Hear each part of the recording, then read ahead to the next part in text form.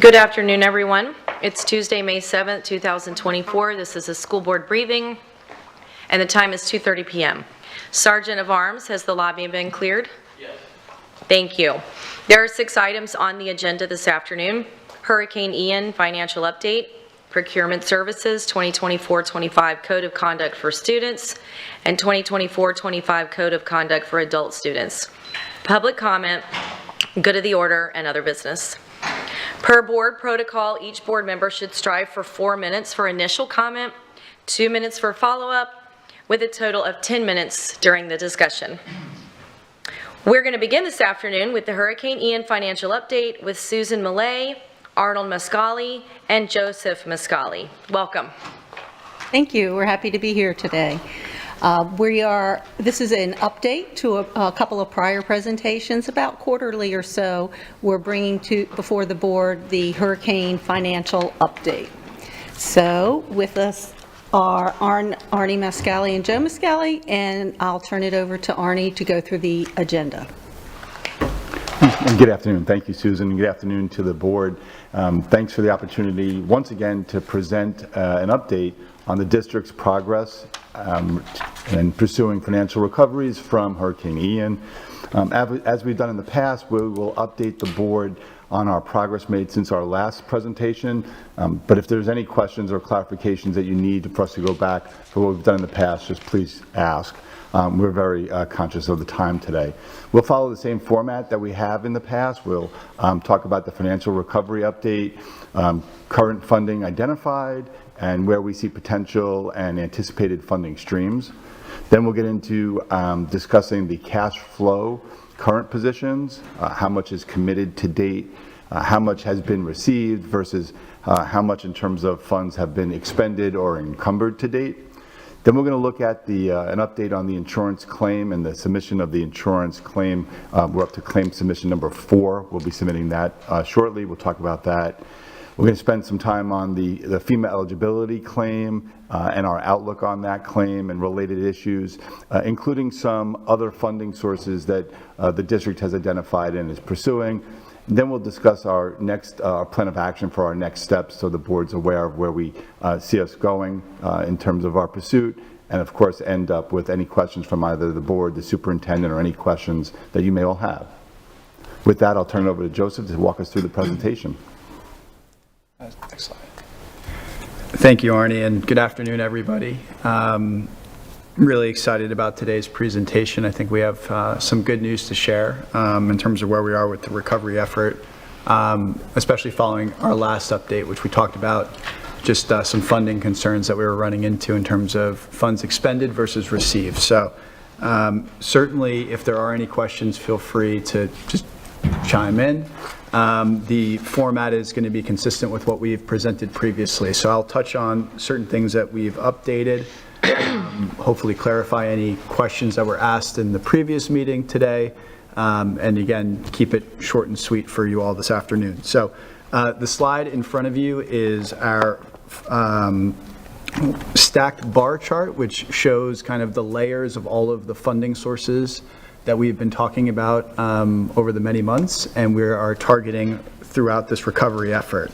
Our current rough order of magnitude or estimate of totality of loss remains at $277 million. That is what comprises these funding layers. Our team is going to be updating this following more detailed information that we've compiled as we've progressed the FEMA claims. So in our next conversation, we will have some slight adjustments, and I'll certainly speak to any changes between what you're seeing in front of you this afternoon and our next meeting, of course. But just to quickly kind of recap kind of the layers that are presented in front of you, we start with insurance. To date, we've collected $5.3 million through the National Flood Insurance Program, or NFIP. We are waiting on one final check to close out that particular layer. Not a significantly material amount, but one final check from the adjustment carrier to close out that layer in its totality. We are continuing to move forward with the property insurance claim. We continue to show $75 million here as the anticipated amount in terms of proceeds received through insurance. And then we work our way into the FEMA and the state layers. In the last discussion, I went through some of the cost share breakdowns from FEMA and the state. As we know, FEMA only provides a portion of reimbursement for every dollar that falls into the public assistance queue. For this disaster, it's 90%.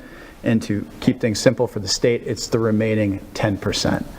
Normally, the state only provides half of the remaining cost share, but for this event, they passed some additional legislation to provide relief for the full remaining cost share.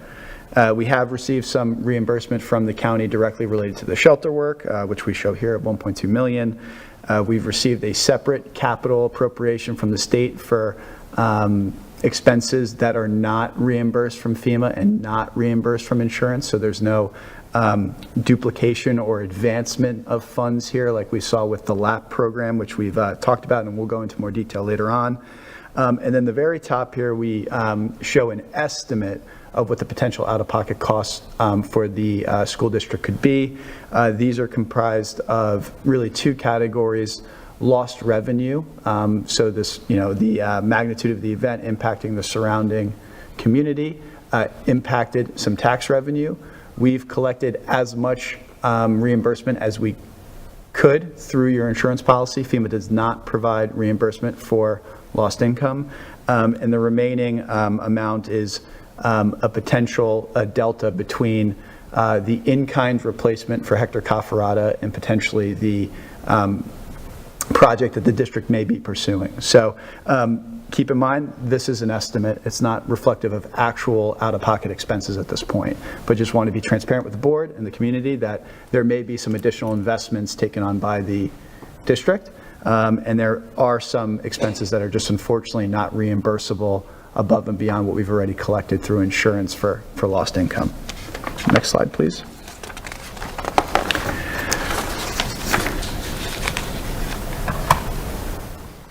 So the cash flow overview, this is, again, a slide that we presented in our last meeting. Really excited to update the board with the updates since our last meeting. We've received an additional $7 million worth of commitments from our commercial insurance policy. That's that $75 million layer. We'll be up to $57 million in commitments, and I'll go into what we've received to date.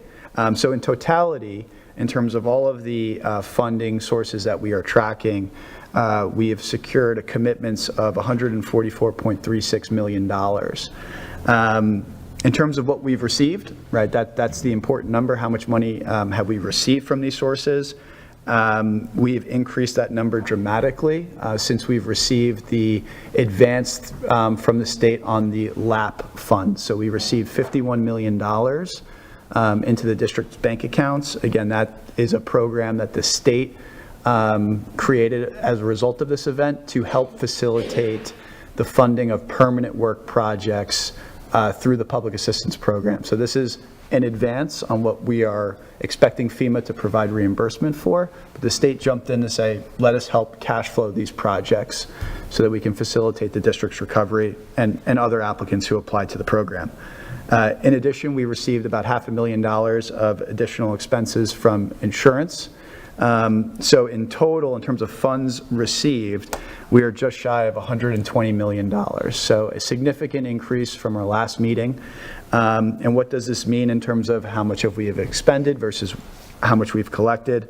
Unlike in our last meeting where we showed a probably, I think, about a $5 million deficit, with the receipt of the advance proceeds from the LAP, we are actually in a surplus temporarily, but today we are in fact in a surplus of $30.4 million. So those proceeds are going to be expended with respect to the ongoing work as it relates to the recovery, but the district is in a very strong financial position, and our team remains steadfast in continuing to bring in additional proceeds, whether it be from insurance or FEMA, to, again, continue to facilitate the ongoing work that's necessary to recover from the event. Next slide, please. So speaking to insurance, as I mentioned, we are very close to the finish line with the NFIP claim. To date, we are at $5.3 million. We received some additional proceeds between now and our last meeting. And we're waiting on one final check. So just to give you a sense of the NFIP program, it's a lot of separate policies and a lot of checks. So the $5.3 million is comprised of, I think, about 88 checks. So just the administrative side of it, the school district has done a really good job of navigating to make sure that we're being paid for everything that we're owed. And we're down to one final check, which we followed up as recently as this afternoon with the insurance adjuster. On the property insurance coverage side, we received an additional $400,000. That was the final payment as part of our third advance. So that brought total payments received up to $50 million.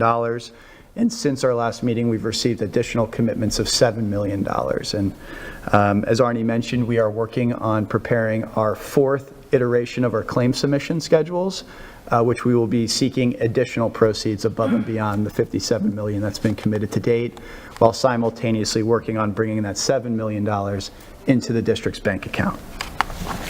Next slide, please. On the FEMA side, we've also made some significant progress. To date, we have 191 active FEMA projects. We've consolidated that down from 305 projects. Of those projects, they're broken up into emergency work and permanent work.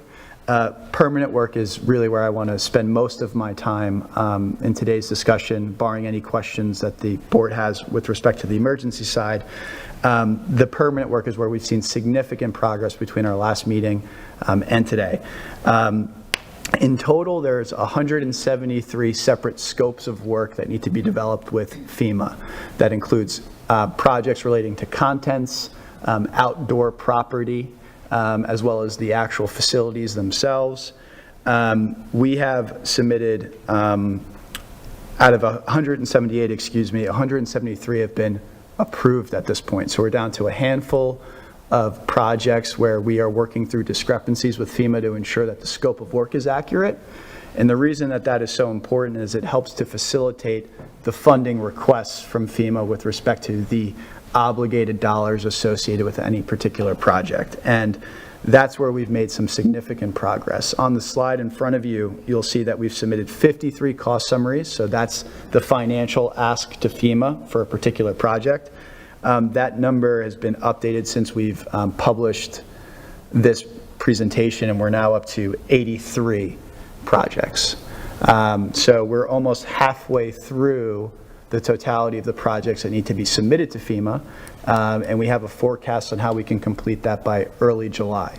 That's not to say that proceeds will immediately come to the district from FEMA. FEMA's process will take some time beyond that, but we'll have all of the balls in FEMA's court, and we'll be working with our team in the district to respond to any questions that we receive. But it's a tsunami of effort to get everything to FEMA for them to provide us the reimbursement that we're looking for. And in total, based upon the 53 projects referenced here, it's $5.4 million of requests to FEMA. So these are a lot of the smaller projects, and the bigger projects are being worked on and are going to shortly be submitted to FEMA for reimbursement. Next slide. So in addition to insurance and FEMA, we are also targeting other funding opportunities to make the school district more resilient for future events.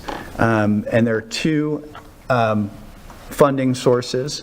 The first is the 404 Hazard Mitigation Grant Program. We've talked about this particular funding source in the past. There are two applications that may be consolidated into one, but they're really two projects that we were looking for the state to provide additional funding to invest in hardening and making our campuses more resilient to future events.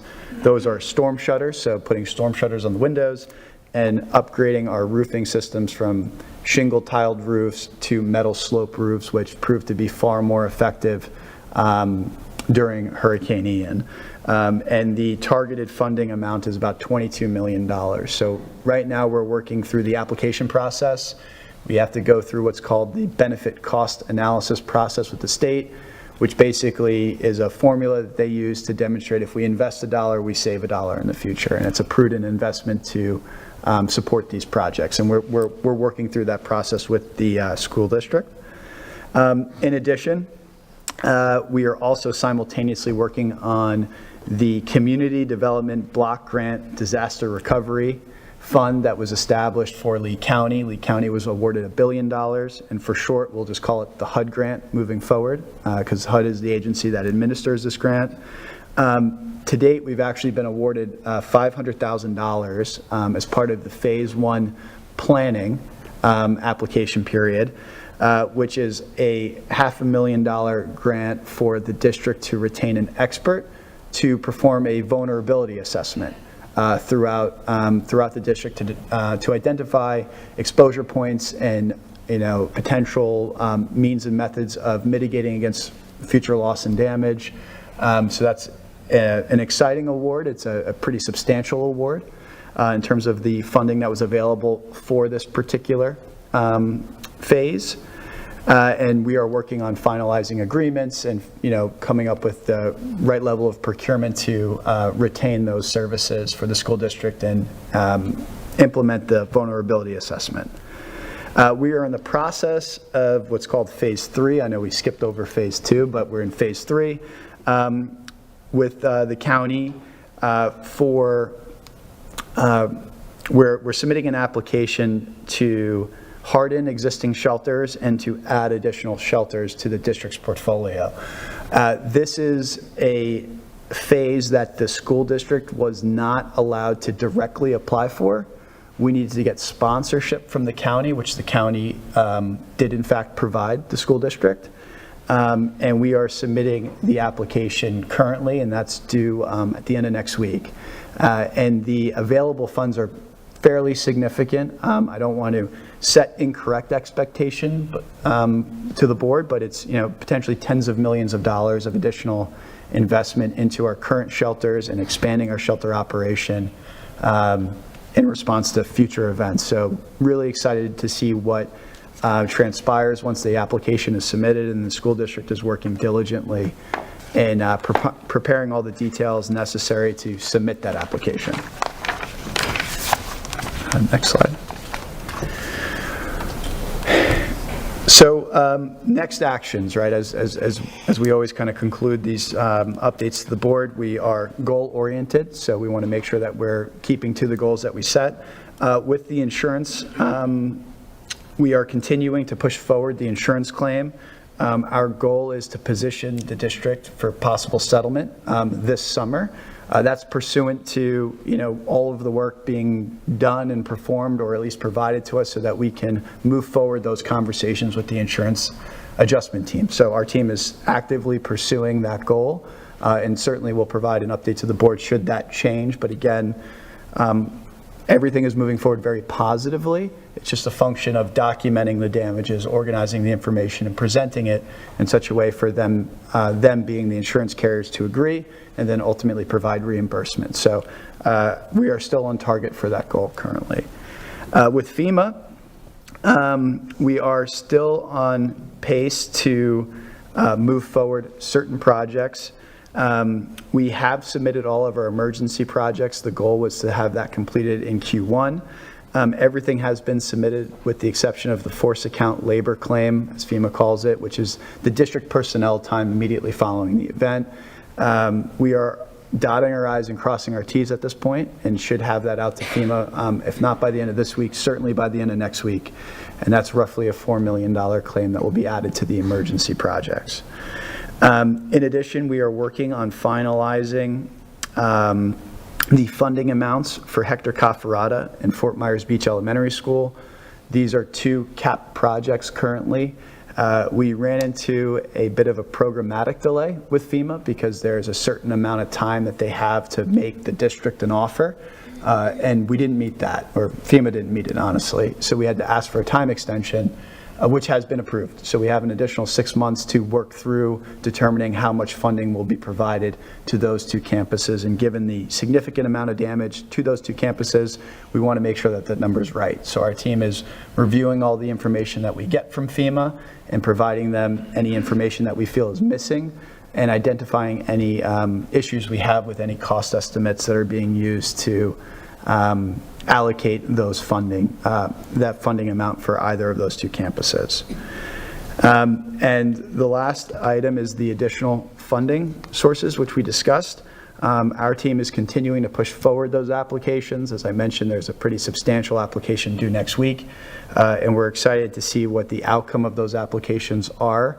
Of the applications that we've submitted, we've touched on the $500,000 award through the HUD grant, and we would expect a decision on the application that we're submitting for the shelter investment sometime this summer. So my hope is we'll get that before our next presentation, if not right around the time that we do present to you again. And I believe that's it. And then we'll turn it back over to the superintendent for any comments and board discussion. Yes, I'll try to keep them very brief, just the comments that I have to give us more time for the board questions, but I just would be remiss if I didn't start by saying I'm very late to this particular occasion where it comes to all the work that's been going on for this recovery work and getting the reimbursements, but I have been just so incredibly impressed with our Imperium Consulting partners, tremendous value that they have brought in this exchange, and just very impressed with their professionalism, diligence, and expert guidance, as well as the hard work of the team. But I also want to take this moment to just recognize Susan Millay, who has been our fearless leader through many storm events, and this one, of course, the most significant one, but has been there through many of these pieces. So this is not her first rodeo when it comes to trying to do this, and so a lot of her lessons are unique that she's been able to bring to this team as well. I also want to acknowledge that Susan is coming close to retiring very shortly with us, so I hope she doesn't mind me calling it out. This may be one of the last opportunities you have to have her address the board, and just thank her for her tremendous professionalism through many of these occasions and the leadership she has shown her district for some time. So with that said, I'll leave the substantive aspects of it up for the board members, and then we stand ready for questions and to follow up. Thank you. Thank you, Dr. Savage. Board members, do you have any comments? Ms. Patrica? Thank you. Thank you for the presentation. 2 things. Slide 7. Please don't take this as a criticism. This is not a criticism. This is the public watching this meeting, and frankly me sitting in this meeting, not really understanding why under permanent work it says 53, which is now 83 cost estimates submitted to FEMA. So the storm was 2 years ago. Why does it take 2 years to get to 83 cost estimates submitted to FEMA? Please and thank you. So unfortunately, that's just a function of the public assistance process. So the first step is to coordinate site inspections, which took a significant amount of time, especially with the school sessions that were ongoing. And then it's to get information back from FEMA, which our team needs to review and reconcile. That then creates the scope of work, or the DDD reports, which we then have to review and reconcile and then approve. And once they're approved, we need to develop these cost summaries. So the way in which we tried to take advantage of what we know the process to be, which is a long one, is to formulate these cost summaries in such a way with FEMA preemptively to facilitate their review process. So here, the 53 that are referenced, they've already responded to 22 of those, of which they agreed 100% to 21. So these are the small projects, so I want to caution the board and the community for assuming that FEMA is going to agree to everything, because we know that is likely not going to be the case, and we're going to have some back and forth with them. But based upon the process that has been established, we are really starting to see the benefits of the efforts in getting us to this point. So sadly, it's just a function as to what's required to move things forward, and we're doing our best to expedite that. Great. I appreciate that explanation. I think that we're dealing with a massive bureaucracy, and it's not an exaggeration to say that some districts wait over a decade for reimbursement from FEMA. So I think we're in great shape from a time perspective. I appreciate that. My second question, if I may, through the chair, to Mr. Persons, slide 8, that grant that was discussed on slide 8, is that the work that you were doing with the county commission when you were the chair? Yes, that was involved in it. You know, it was an input all the way through, and one of our big asks were for the hurricane shelters. Awesome. So they're working with the county to do that. Awesome. Well, I appreciate your efforts there. And I would be remiss if I didn't recognize Ms. Millay as well. I believe that you have gone through your last hurricane as a school district employee, yes? I mean, you say that and we laugh, but it was, I mean, you know, there was a lot of trauma associated with this hurricane in particular for our community or our employees, and you relive that trauma every day when you sit down at your desk. So just thank you. I do believe that you got better with each new storm that came. I was here for 2. I'm sure that you did others before that. You really are a rock star, and I appreciate what you've done for our district. Thank you. Thank you. Any other board members? Yes, Ms. Jordan. I just wanted to say thank you as well, and I wanted to say to Ms. Millay, thank you for always being there. For the 6 years I've been on this board, you've always been my person I could go to and ask anything and get the information. So you're going to be truly missed. Thank you, Ms. Jordan. Ms. Morgan? Okay, so I'll weigh in. I was here when Susan was hired, and I remember the first time she reported to the board, and I was awestruck because Susan came from the outside. She came with a completely different background than a lot of the people who report to the district, and she in her very first presentation, she knew what the board needed to know. She knew what the board wanted to know. She put together a very articulate presentation that was graphic and oral. And I just said, well, I hope everybody else is able to follow that lead. And she set the bar really high. And I think, and this is not a ding on other staff, I just think they hadn't had the opportunity to see how somebody from the outside who's a non-educator perceives our role and presenting to us. So, you know, I've always been a fan of Susan's, and I think she's always been a professional and always done a great job. So, thank you. Mr. Fisher? Thank you. Real quick, I just don't want to get too much outside the scope of this, but with the old Hector Cafferata campus, I thought some of these claims are what's holding up the demoing of that. Is that in regards to that? I just want to see if we've made any progress on that, where we're at in that stage. Yes, the district has decided that we are not going to demolish the old Hector until FEMA has all the questions they need answers and makes the commitment to replace or repair. So the FEMA needs to put in writing, are they in agreement that the facility that was catastrophically damaged should be replaced?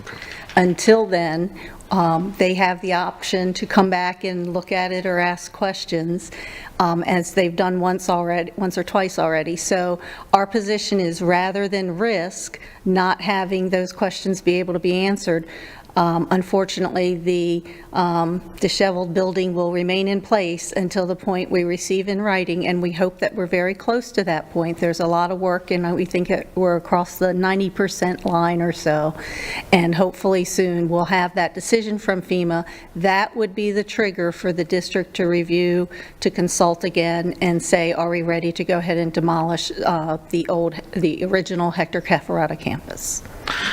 Thank you. Yeah, thank you for letting the public know that. I get asked that question a lot, so I appreciate you putting that out there. And thank you for your service to this district, Ms. Millay. Thank you. Thank you. Ms. Giovanelli? I'll be real quick, too. Thank you for that piece, because that is very important. I still see tarp roofs, so people are still waiting on their claims, and it's preserving the evidence. So I appreciate that. Thank you for that update.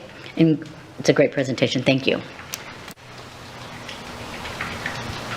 All right. Ms. Millay, thank you so much for your dedication to the district and to the students and families. You will be sorely missed and leave huge shoes to fill. But thank you for everything you've done. With no other questions, thank you so much.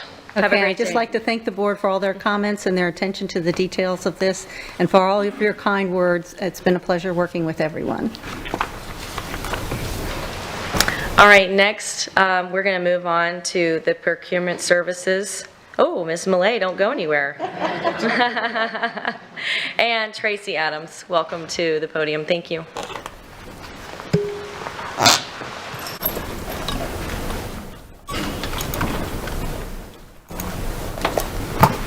Hello. Hi.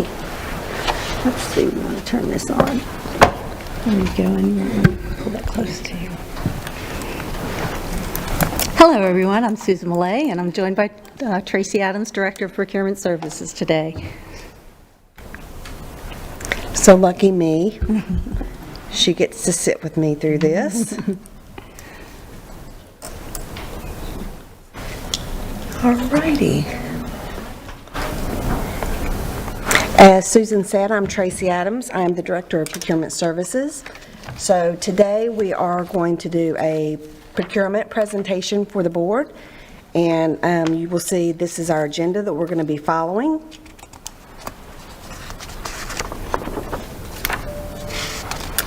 Okay, so this is our staff as you saw them walk in. If y'all could just stand up real quick. So this is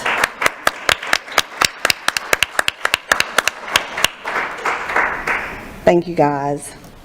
So we are a division under Business Services. We have 12 staff members, and as you see, will see during our this presentation, this team cranks out a lot of work for the district. We are committed to the teamwork and creativity, and that's how we do what we do with a few members in our staff, but we do a lot of work, and you'll see that through this presentation. All right, so the policies and procedures that procurement have to follow, there are a lot. We have, these are the ones that procurement guidelines and rules that we have to follow. So that's the list there, including Florida statute, school board policy, federal grants. We have just a lot of different policies that we follow. And these are the things that keep procurement busy. So if you imagine each school and department have one bookkeeper. So the bookkeeper is trained by the procurement staff, whether they're new or seasoned. We train every bookkeeper. We train them how to how to use bids, how to enter requisitions. We do their P-card training. We show them how to reconcile their P-card transactions. That's just a short list of what we do with the bookkeepers. You will see on the screen in 2023, these are the accomplishments that procurement has noted.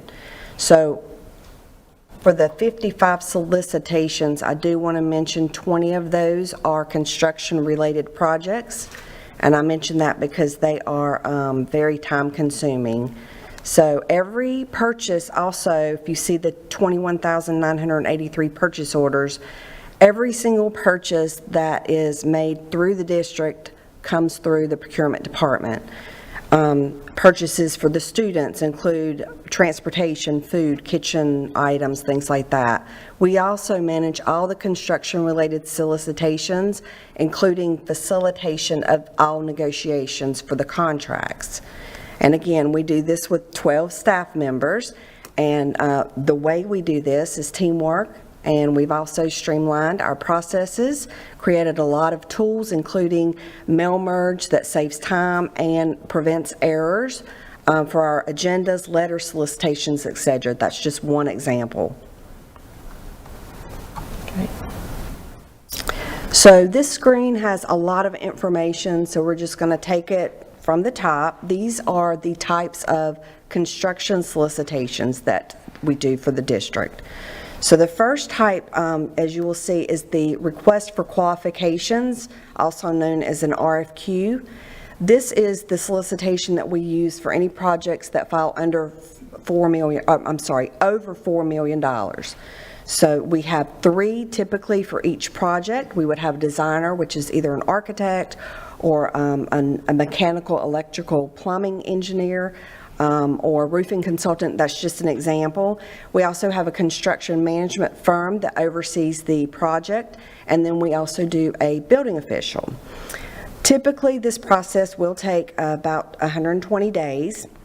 I will mention continuing contracts are for also, we use the RFQ for continuing contracts, and those are for projects that are less than $4 million. That threshold is going to be increasing July 1st to 7.5 million, so we're really happy about that. That will really help get projects done a lot faster. So the, let me see. Typically, for an RFQ, we'll have 5 staff members that would be assigned to review and score these solicitations, so it does take a lot of resources to do these. They score not only the written responses, but also presentations, and they also help and that's how we get the ranking. Negotiations with the top-ranked vendors after the board approves the ranking, and this will go to the board typically 3 times.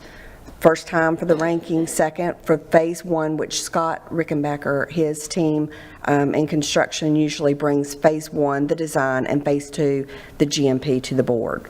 The next type that we use is an invitation to bid for construction. This is when we already have plans and specifications are already developed. And we've used this in the past recently for roofs and demolitions after Hurricane Ian. Low bid for a bid is what determines the award, and this is also taken to the board. And then the last type that we use for construction is an invitation to negotiate. So the price is considered, but it's not the only reason for an award. A set of criteria is developed by the selection committee prior to releasing the ITN, and once that information is scored, that is when the award would happen. Price would just be a portion of that score, and also that comes to the board for approval. And then the next type, these are non-construction related solicitations. This would be for our goods and services. So for an RF quote, this is for any purchase that's less than $50,000. For example, we've done this for fire dampers, which is the thing that shuts the doors if there's a fire, stage rigging inspections, which are typically less than $50,000 a year. And this type of solicitation would not require board approval. And we rarely use an RF quote, but I do want to mention that. An invitation to bid, of course, on the goods and services side, this would be for anything over $50,000. That's district-wide. Low bid also wins, as long as the vendor meets the criteria of the invitation to bid. The board will approve the initial award. They also approve the expenditures annually and any renewals or increases. As you see, from time to time, you will have to approve an increase.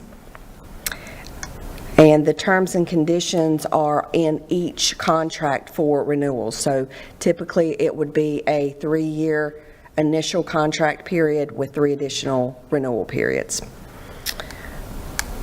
And then the next would be an invitation to negotiate. This is also for purchases over $50,000, and typically service is a part of this specification. It would be part of the scope of work. Unlike an invitation to bid, an invitation to negotiate is scored by a preset of criteria that's already set by the department, and then we would also have 5 members of the staff that would score these. Pricing is included in the scoring for the criteria for an invitation to negotiate, but it again is not the sole determining factor. And the board would approve the initial award and any annual increase or any annual expenditures, any increases, and all of the renewals.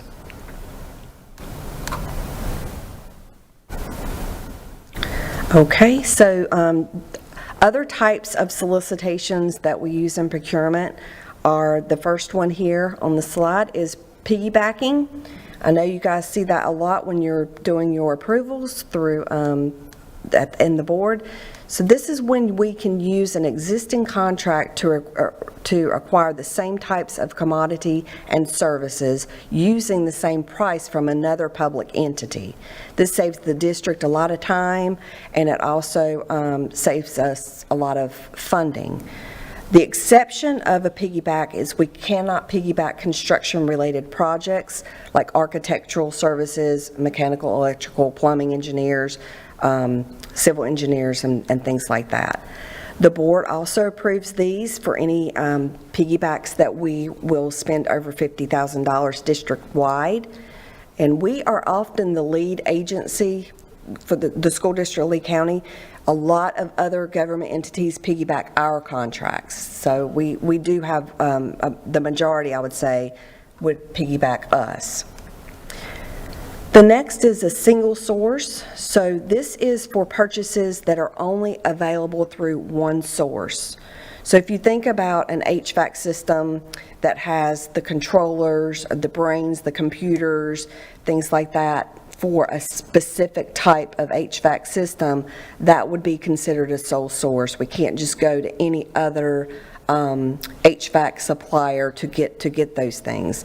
There is a process that we have to go through to single source a purchase, and it includes posting and allowing other vendors who may be able to provide those services or those products, give them an opportunity, and they would let us know if they can, and then we would go out for a formal solicitation. Let's see. And then for the exemption, so Department of Education 6A allows government entities to procure commodities and services that are only available from a single source. So unlike, I'm sorry, I'm on the wrong one. So the exemptions are we can purchase any computers or technology, software, and things like that for without going out for a formal competitive solicitation. We would do that annually, and this again would be for anything that's over $50,000. And I'd like to add a comment there.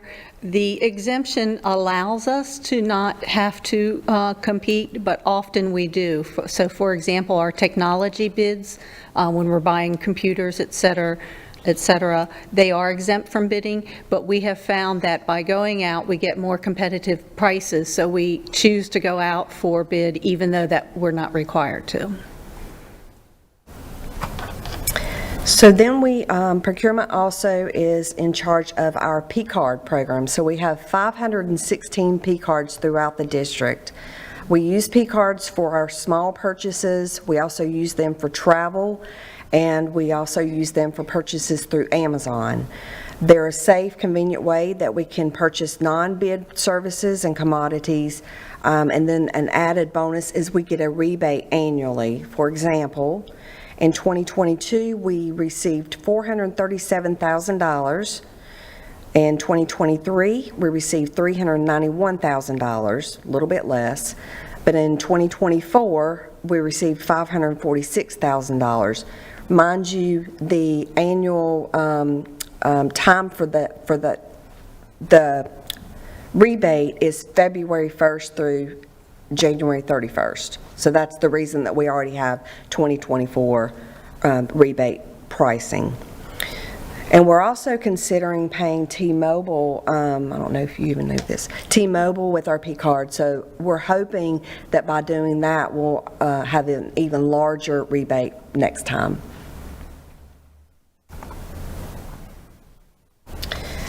Okay, so these are some of the initiatives that we have, the technology that we use in procurement. The first and probably one of the most important that we use is Bonfire. This is our solicitation portal.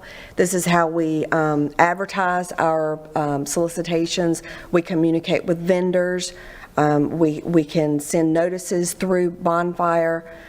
But an added bonus is we also score through Bonfire, and there's a whole process that we can go through that makes it a lot easier, streamlines our process for for using this, and the vendors upload everything in the Bonfire portal. It saves paper. We don't have to print out scoring information. I mean, back in the day, and I say the day, we've only been using this, 3 years? Yeah. 3 or 4 years.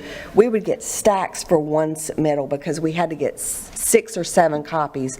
Each person scoring had to have a copy in their book, so it was a lot of waste. So we're really, really happy that we have that tool. Marketplace is something else that we have implemented recently. It's our one-stop shopping. So what it does, you can put something in a cart and you can click a button and ask to see anything that's comparable or in comparison. So it helps us get a better price. And a lot of our awarded vendors that are already on bid are in Marketplace. So that really the bookkeepers love it, saves them a lot of time. And so that's another great tool.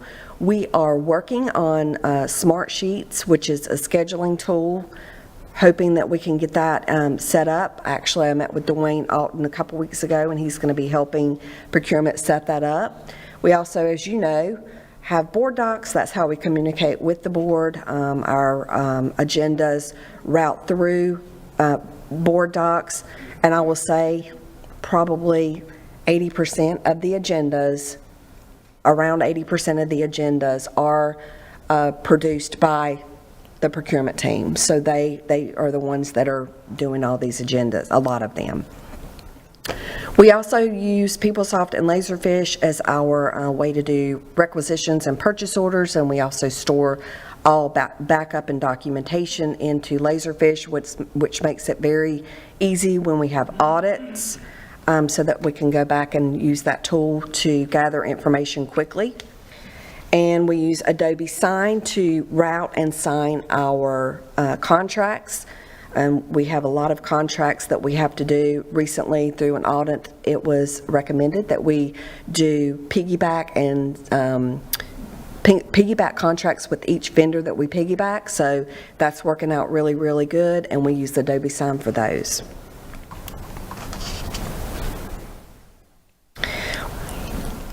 We also have vendor outreach. So some of the things that procurement is involved in when it comes to reaching out to vendors, we do a reverse trade show, which we just recently had one back, 2 or 3 weeks ago.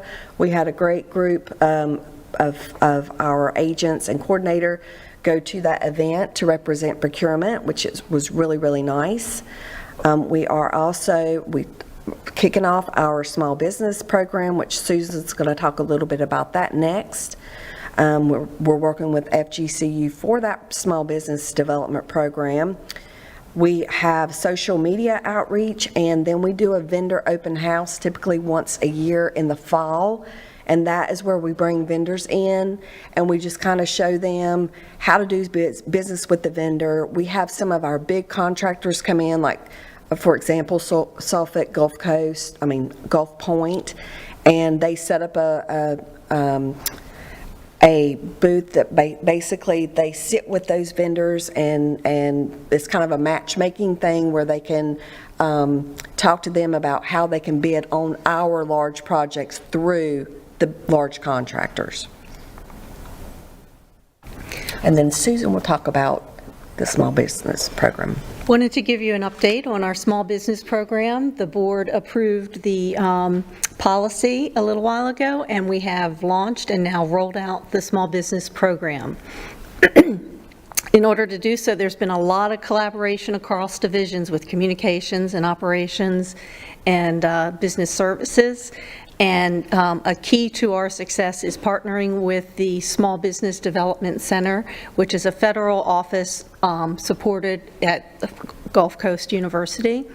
They have a database of thousands of vendors that they reach out to and provide additional support, such as how to apply for loans, how to develop a business plan, how to respond to bids. So this partnership not only helps us by alleviating the registration process, but it expands the tools available to small businesses. It provides that educational outreach from that from the Small Business Development Center to help small businesses be more successful.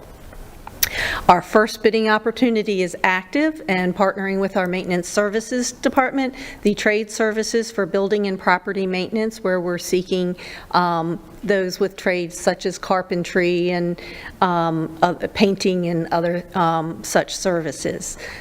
This also benefits our community by helping our small businesses work with the district, learn how to do business with us, and hopefully grow with us. So we're excited to have this program out there and invite you to share that information with others. On our district's main webpage, there's this graphic, and more information is revealed, so it's easily accessible from there, from the procurement website. And FGCU and the district sent out thousands of, I decided to expand it a little bit. And so this chart is reflecting vendor spend over $3 million, and on the right, we've listed by category where the spend was, and then we've listed some of the vendor names that support that, to give you an idea of where the largest expenses are and who our partners are for those services. So something that surprised me, I've done this, for 10 years or more, and for the first time, the construction costs look to be the highest amount of expenditure, and another high cost is E&R recovery at 16%. So other categories you would expect, utilities, technology, transportation, and safety, are also our high spend areas. We strive diligently to save the district money, and just a few examples of how this team is successful in doing that. In the past, these are FY23 savings amounts for Amazon Prime between the state cost and shipping and other added advantages from that program. We've saved over $68,000 in Marketplace, the comparative shopping tool, $80,000, and that tool generates these reports for us. You pick this set of binders and you saved $17 on this order, so nice and easy report out by that automated tool. The P-card rebates have been amazing. We originally strived for, I think, $200,000 in rebates, and here we are up over $500,000 for the first time ever. And so that is a great advantage for the district. When we issue bids, we ask vendors to pay us by electronic methods, and then we receive a rebate from that. But one of the most important time-saving and cost-saving measures is the reduction of paper. Paper is so costly to purchase, print, store, route, lose, find, replace. So this team has worked diligently to move away from paper-based purchasing. We now completely 100% of our bids are advertised and received electronically, and many other of the programs that Tracy's put in place, such as the mail merge, which it might not sound like much of a tool, but she creates templates and the department creates templates, and then only you have to fill out the header information and it populates the whole document. For example, the bid number, at one click it's inserted, the due date is inserted, the agent's email address is inserted. So a lot of automation helps us do more with limited resources and achieve savings for the district. This one's you. And this is my team. So we work really, really hard, but we also like to celebrate, and we like to have fun. We like to laugh. We're at work probably more than we are at home. And I think that, this is a great group of people. I could not think of anybody better to work with every day.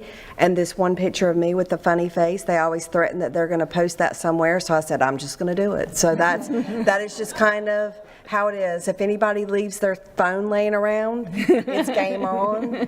They just go around and start taking pictures. So that ended up being one of them. And that's really all that I have. And I would add to that, the picture on the left is our United Way Christmas toy drive, and these were around the procurement tree, and the gifts that this team purchased, the bicycles and so forth, that this team pulled together and purchased and contributed to the United Way Angel program. And now we'll ask for superintendent comments and board discussion. Yes, thank you for the entire procurement department. We really appreciate you being here today. Thank you for the great summary, a lot of information. So we stand ready to answer any board member questions you may have. Board members, do you have any comments? Mr. Persons? Could we go back to slide 6, if you would? Where it says typically a 5-member on evaluation committee. How are they selected and what diversity is there for that? So we actually have a process for that. It's a process that is documented, and every time that we do a solicitation, it's released, and it states who can sit on a committee. This is specifically for construction related, so our process is that we must have 5 members. And then it's typically a director, a coordinator, a project manager, and we try to get the majority, 50% of the selection committee from operations, and then a diverse group, maybe someone from academics and someone, depending on what type of solicitation that is, someone from IT, someone from safety and security, and things like that. But there is a document with a list of who can sit on a committee. I'm the liaison for the construction advisory committee, and one of their concerns were not so much the director and that no construction, but that some of the others, like say someone from IT, that may not know anything about roof structure, evaluating it. And there's wonder if maybe there could be some kind of, like we have, an inboarding or something like that, some kind of training for the new people. People who have done it before probably don't need it, but just, that was just a concern I thought I would bring up here, that's all. It's a very valid point, and historically, we've had audits, and the auditors have advised us that instead of having exclusively operations staff, that we are required to strive for a balance that includes non-construction and maintenance staff as well. It's a struggle, because now someone in academic services has to give up their time to help select the new school design. They will be the ultimate users of it. They are not experts in construction. However, they will be the end user, and based on audit requirements, we are required to strive for a balance of approximately 50% from the operations division, and a remainder reflective of what the scope of work is. Just the last follow-up, I agree totally with that. Just would like to see a little bit of training so they don't feel maybe over their head or something like that, someone in academics or something like that. But, and finally, Bonfire is just excellent. I got to use that one time, so it's an excellent program. Thank you. Appreciate your feedback, thank you. Ms. Jordan? Thank you, that was my question. But then to extend on, it's right here written, to extend on that, how often is it the same 5 members, or does that not happen? It can't happen that way, Cannot because we happen, okay. usually have 3 at a time. So let's just say we're doing a new school, we're building a new school, so we would have a scoring meeting on Tuesday, Wednesday, and Thursday, 2 weeks in a row, because we'll have to do the review and then we do presentations. So unfortunately, sometimes it may be one of the same, but a lot of times we have to do different ones. Okay. And we were asked that question by the auditor when they asked us about the operations staff being, very heavy. And we went back and calculated for that audit year and provided the list of candidates, committee members, and there was quite a bit of diversity in terms of number of people. There was not the same group on different solicitations. Rather, you might see a mixture of operations staff across multiple, but it wasn't like there were the same people reviewing the same solicitations. Okay, thank you. And then my other question was regarding the rebates. I think rebates are great. I love rebates. But where does that money go? When it comes back, it goes to where? General operations? General fund. General funds. Okay, and then I did not realize, thank you all for what you do, I did not realize that 80% of board docs comes from you all. So that's something I just learned today too, and I appreciate what everybody does, so Yeah, thank you. Every solicitation that's being approved, procurement, produces the solicitation and produces the board agenda and follows it through all the way. Yeah, thank you. And just a heads up, you're going to have like about 25 or 30 the next meeting. Sorry. They're working hard. Anyone else? Ms. Patrica? Thank you very much for the presentation. I think it's good every once in a while to bring this back and, let the public and construction advisory know that this is, what we do and how we do it. If I recall correctly, the RFQ on the right there, board approves yes 3 times. That's a process that came about before I was on the board and at the beginning of my term, my first term, as a result of some mistakes that had been made in construction prior to that, right? So that, I think, that's been audited, and it's shown to be a very good process. Exactly, yes. And then the second thing is, I'm really glad you put in red that the price is prohibited as an evaluation criteria by statute. When I first joined the board, there was a lot of criticism surrounding confusion in the public between an RFQ and an RFP.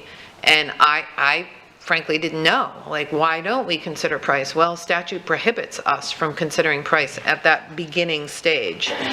So I think it's really important for the public to understand that the RFQ is required for these projects, and the price is a secondary negotiation thing that we have to do. It was actually a member of our state delegation that yelled at me in a one-on-one meeting, well, why aren't you considering price? Why aren't you going cheapest? And I didn't have an answer until I came back and probably talked to Susan Millay, who helped me to understand where we're at. So very appreciative of the presentation. Good job. Anyone else? Yes, attorney? Ms. Giovanelli had her hand up. Oh, Ms. Giovanelli. I just wanted you to give your paper budget to the elementary schools, that's all because they're the ones that need Okay. your paper, that you're paperless now. Well, Thank they you. They cut it, so I no longer have it, so Thank you. thank you. Thank you, Madam Chairman. So I waited till this presentation to give my comment about Susan because I knew this was coming up. But I do have to say something and thank Susan for everything that she has done. And she has really been a colleague and a true teammate to Legal Services. And I'll share a story as to why I'm saying this. During the hurricane, when we were all trying to get these kids back to school as quickly as possible, Susan and I were in this building till, I don't know, midnight, 1 o'clock in the morning, I can't remember the time, negotiating with another side, rewording a 100-plus page contract that we had to get done that night. True colleague that worked with me in that negotiation to make that happen. But I say true teammate as well is because during that day, I did not have an opportunity to go gas up. I was close to E, and I said, oh my gosh, Susan, it's time to go. I don't remember if it was midnight or 1 in the morning, but it's time to go home. Go home. She says, I'm not going to let you go get gas by yourself. I said, it's right down the street. Nope, I'm not going to let you do it. That's what teammates do. So I appreciate you. Thank you very much. You really embody that teammate mentality. And on behalf of legal and me personally, thank you for all you've done for the district. Thank you very much. I appreciate you. Thank you, and thank you to your team for providing us with our board docs. We look forward to the 30 more coming. Thank you so much. Thank you. Have a great afternoon. Next is our Code of Conduct for Students, Dr. Jessica Duncan, Dr. Ron Arusi, Rachel Gould, and Tammy Scott. We welcome you this afternoon.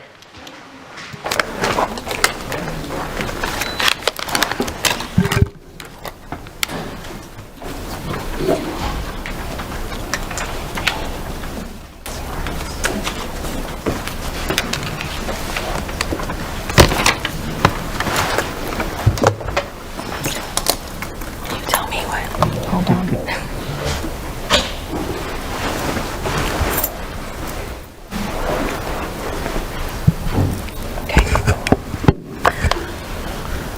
Okay, good afternoon. I'm still Rachel Gold, one of the Directors of Constituent Services, and with Dr. Irucci and Ms. Scott. And we are here again to review the proposed 24-25 Student Code of Conduct. As a brief overview, the last time we met, we reviewed the following.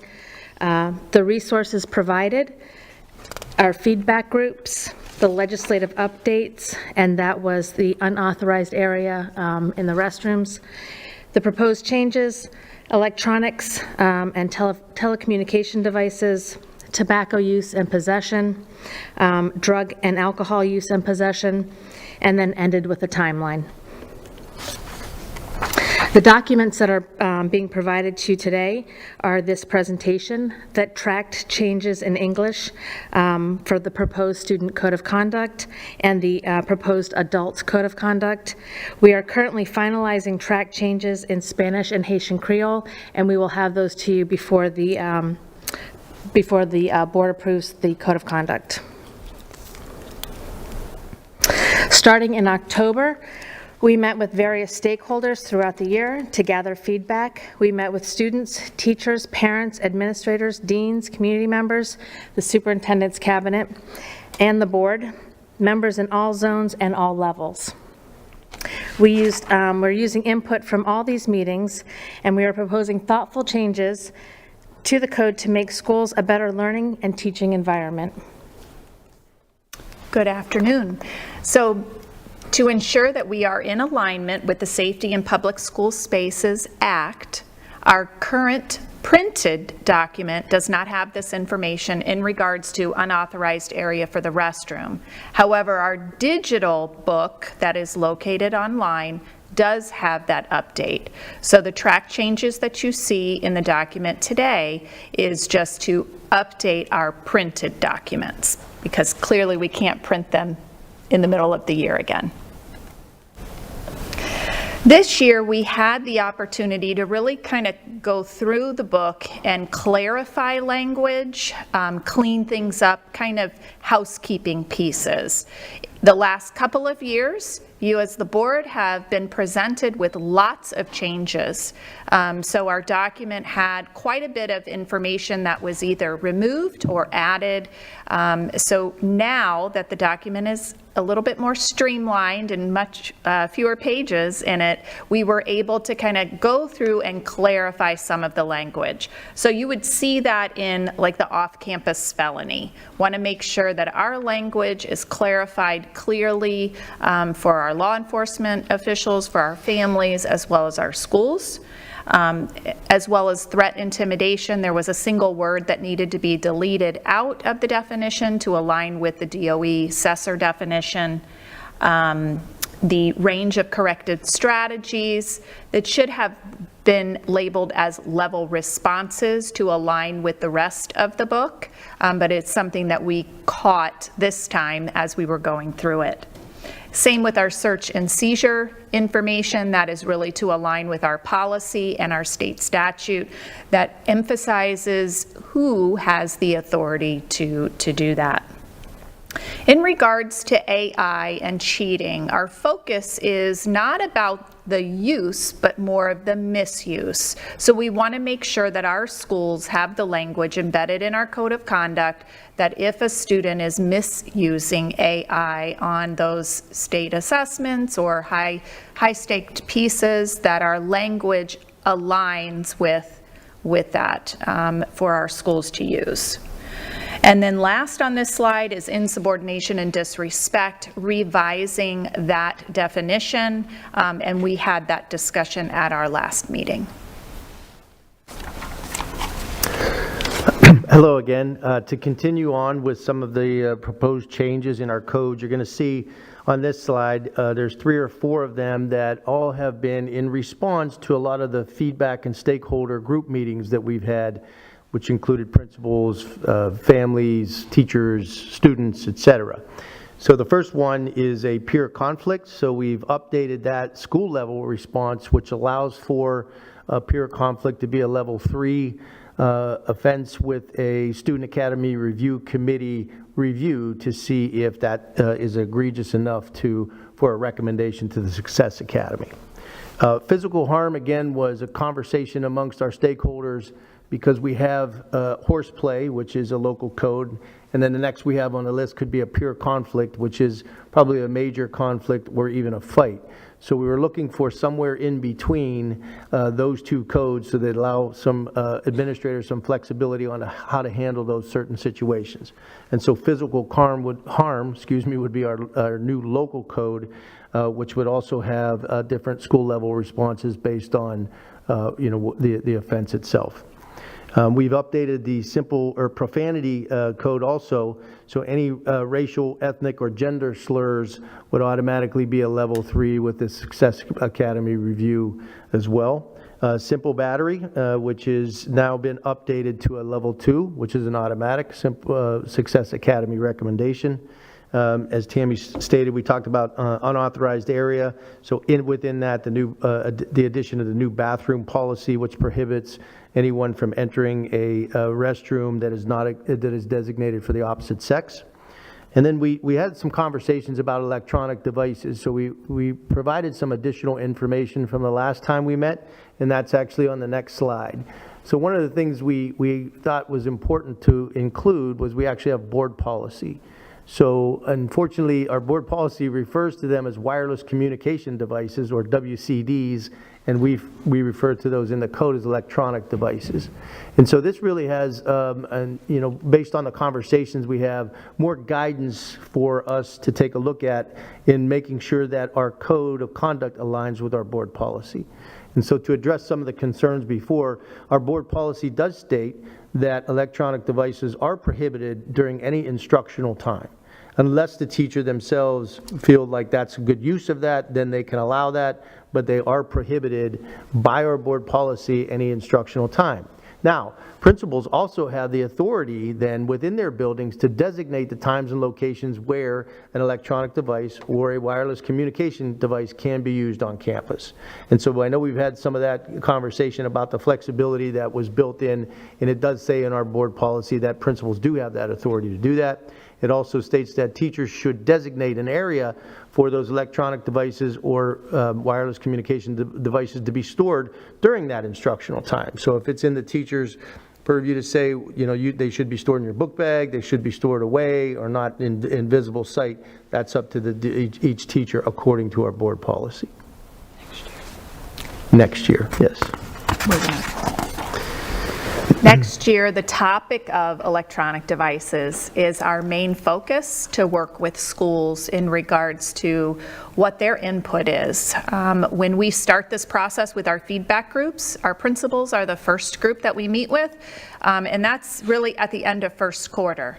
And that allows us an opportunity to continue those conversations with all of our stakeholders and really what are those key points that are coming up and causing some concern. So the topic of our board policy 5136 is our topic for all of the work for next year as well.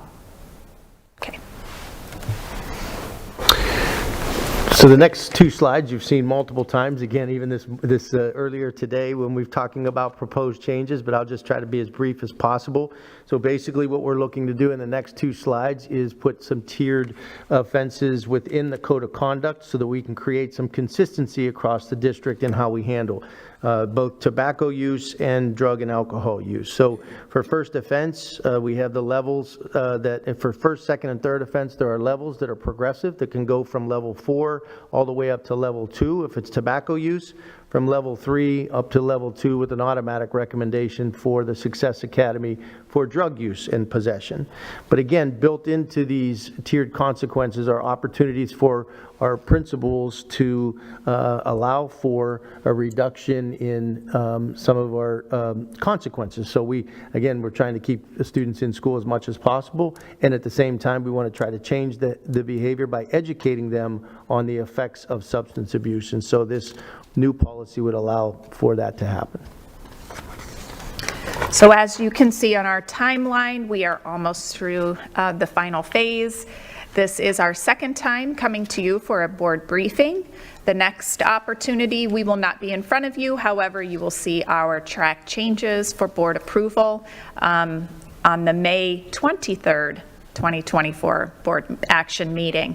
After that, then we will work with our community partners to finalize the look and feel of the book, as well as getting it printed for distribution before school starts.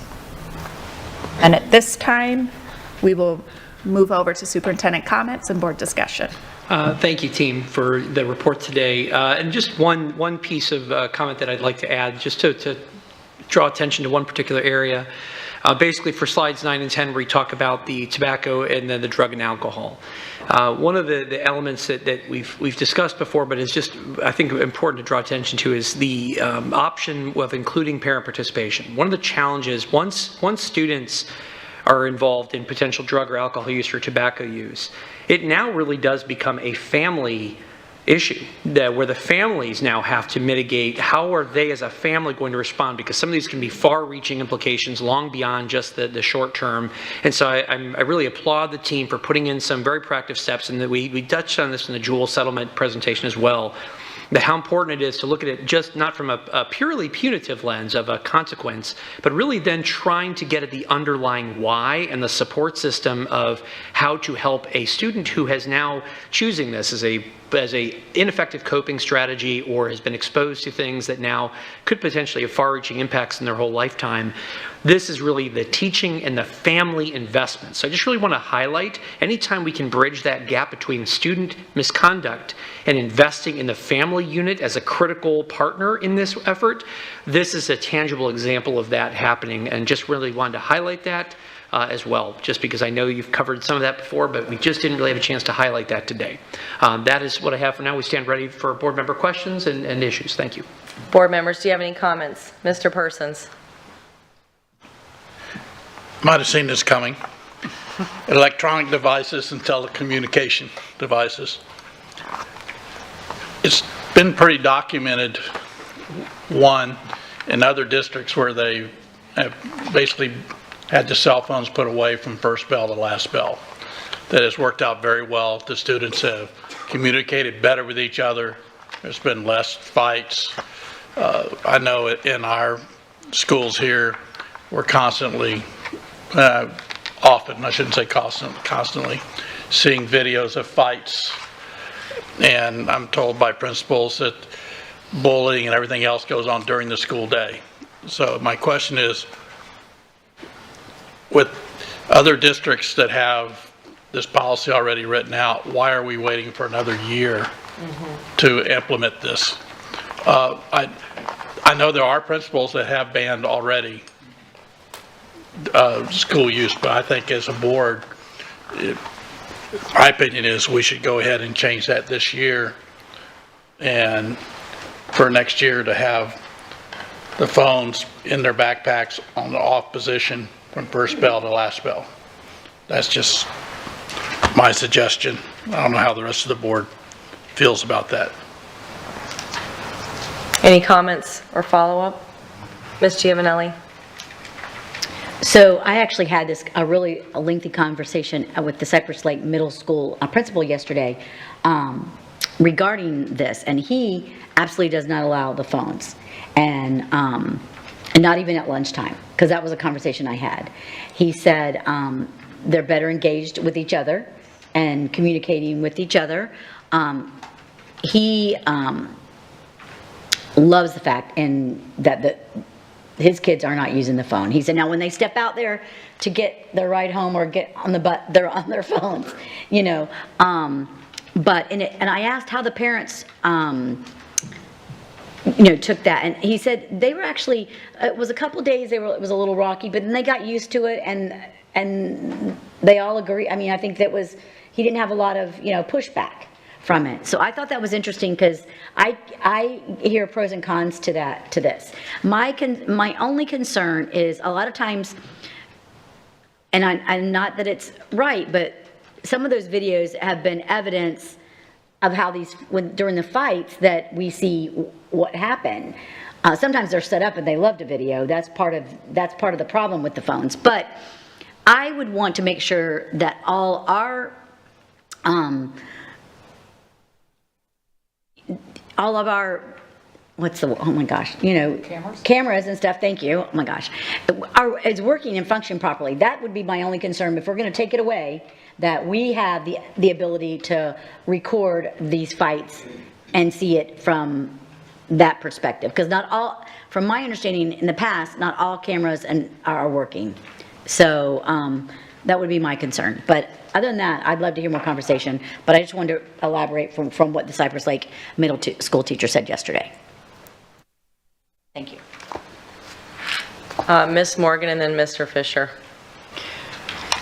So I have no objection to eliminating them bell to bell, but I do believe that the path they're suggesting is the correct way to go. I'm loath to have the board just sort of come down and say, this is what we're going to do. I really think we need school leadership involved in the decision. I think we need families involved in the decision, and students, frankly, at the high school level. And I think with that conversation, we'll come out where we want to come out, which is that, for the most part, I think people are going to want this kind of policy. But I like the path that they've laid out. I'm sensitive to your desire to do it immediately, Mr. Persons, but I feel strongly that we need to engage all of the stakeholders in that kind of policy change. So those are my comments. Thank you. Mr. Fisher? Thank you, Madam Vice Chair. I would be on board with having further discussions, Mr. Person, and going forward with this.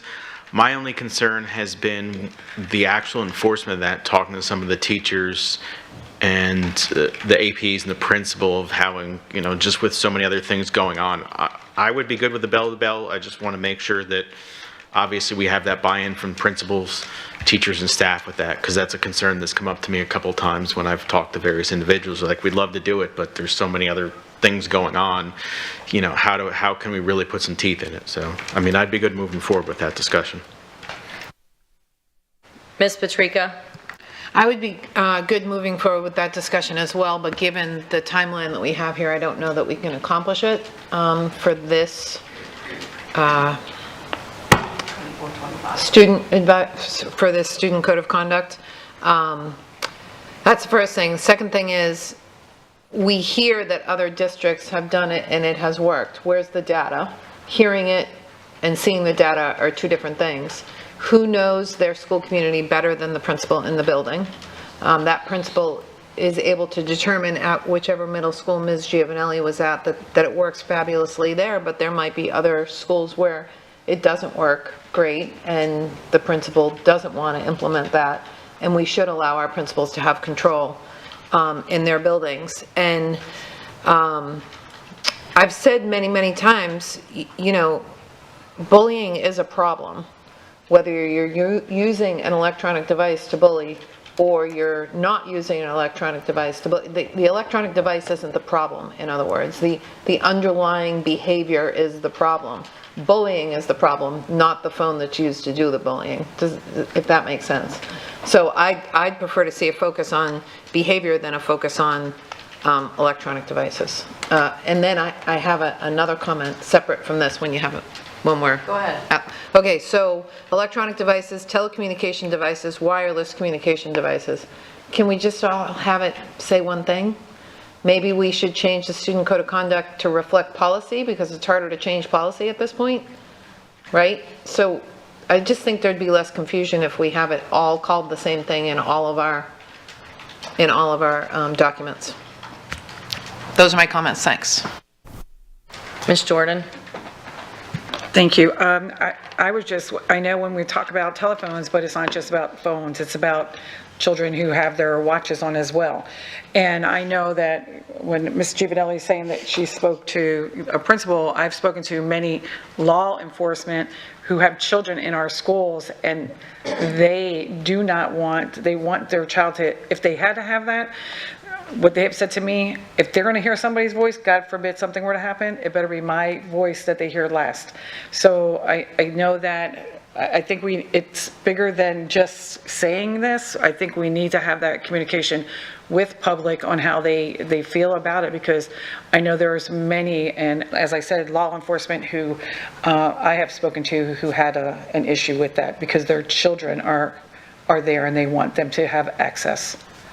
Not that I want them to be in classrooms with it, but that's my 2 cents. Mr. Persons? Yeah. It was never suggested that the children not have a phone. They can bring their phone, it's just the phone is to be an off until beginning to end of school. I'm sure if there's an emergency or something like that, everybody would have their phone out and there would be no repercussions. Again, I mean, later is not as good as now, in my opinion. I mean, there's several schools that are doing it, and those principals that I've talked to have been all for it. I hate to see us like, it just seems like we're almost afraid to make a decision here. I guess the bottom line is I'm thinking back when I went to school, I didn't have a phone. I don't know if anybody on this dais had a phone while they were in school, and there was no pushback. There was no need for it. I know, like you say, why they have the phones in case of an emergency. I know there's also students that the parents track them on the bus using their phone. That's better than the app, from what I understand. So I just think it's something we need to do. I, again, personally would like to see it done. I think we do have time. We could decide here to direct them. If you wanted to, I believe that would be okay. I don't think we have to make a motion if the board was for that, but if the board wants to go with this and have them look for next year, I can go along with that too, just as long as it gets somewhere, but I just think it would be better to have it sooner than later. That was my final comments. Mr. Fisher? Just quick follow-up question. I'm going to ask our admin about this. We have a date of May 21st, 2024, and I'm not a fan of extending dates for arbitrary reasons, but is there a reason it couldn't be put off until another meeting after that? We don't have to have that right now, but in regards to the code of conduct, so. I know that's a... Sorry, but we would have to probably defer to the superintendent on what we would... And I know there is some type of time sensitivity in terms of the back planning of the date, but I just want to speak correctly on that, because I know that that's how all this was reverse engineered from the kind of the drop dead dates and whatnot, but I just want to have an opportunity if someone from our group who's all listening would like to address what that is exactly, or no. We can look at the calendar. There might be one opportunity to move that to June, but we do have to have the work completed through state legislation to have a code in place by June. There is also the opportunity to look at the code mid-year. So as we did with the legislation that passed mid-year, we can't change the paper code, so that's the issue. But the code is something we can look at and adjust at another point in the year if we need to do that. Mr. Fisher? That was actually my next question. Thank you. So yeah, I just wanted to make sure we had that out there. So, okay, thank you. Ms. Patrica, and then we'll move forward. Thank you. Yeah, I'm not afraid to make a decision. I'm not remotely afraid to make a decision. I am... I think, is your microphone on? Yes. Okay. I'm not afraid to make a decision. Not remotely afraid to do that. I do think that we need time to reach out to principals, and we need time to reach out to parents, and we need time for student advisory to weigh in on this. If we're going to make a decision that has a massive impact on our school communities, we need more than a motion from the board table to consider. I need more than a motion from the board table to consider. That's the first thing. The second thing is, there's a lot that's changed since I was in school. Not just lack of cell phones, but lack of instant access to information. I didn't have that when I was in school. A lot has changed. And I remember when I first joined this board, I was all about doing away with cell phones in schools.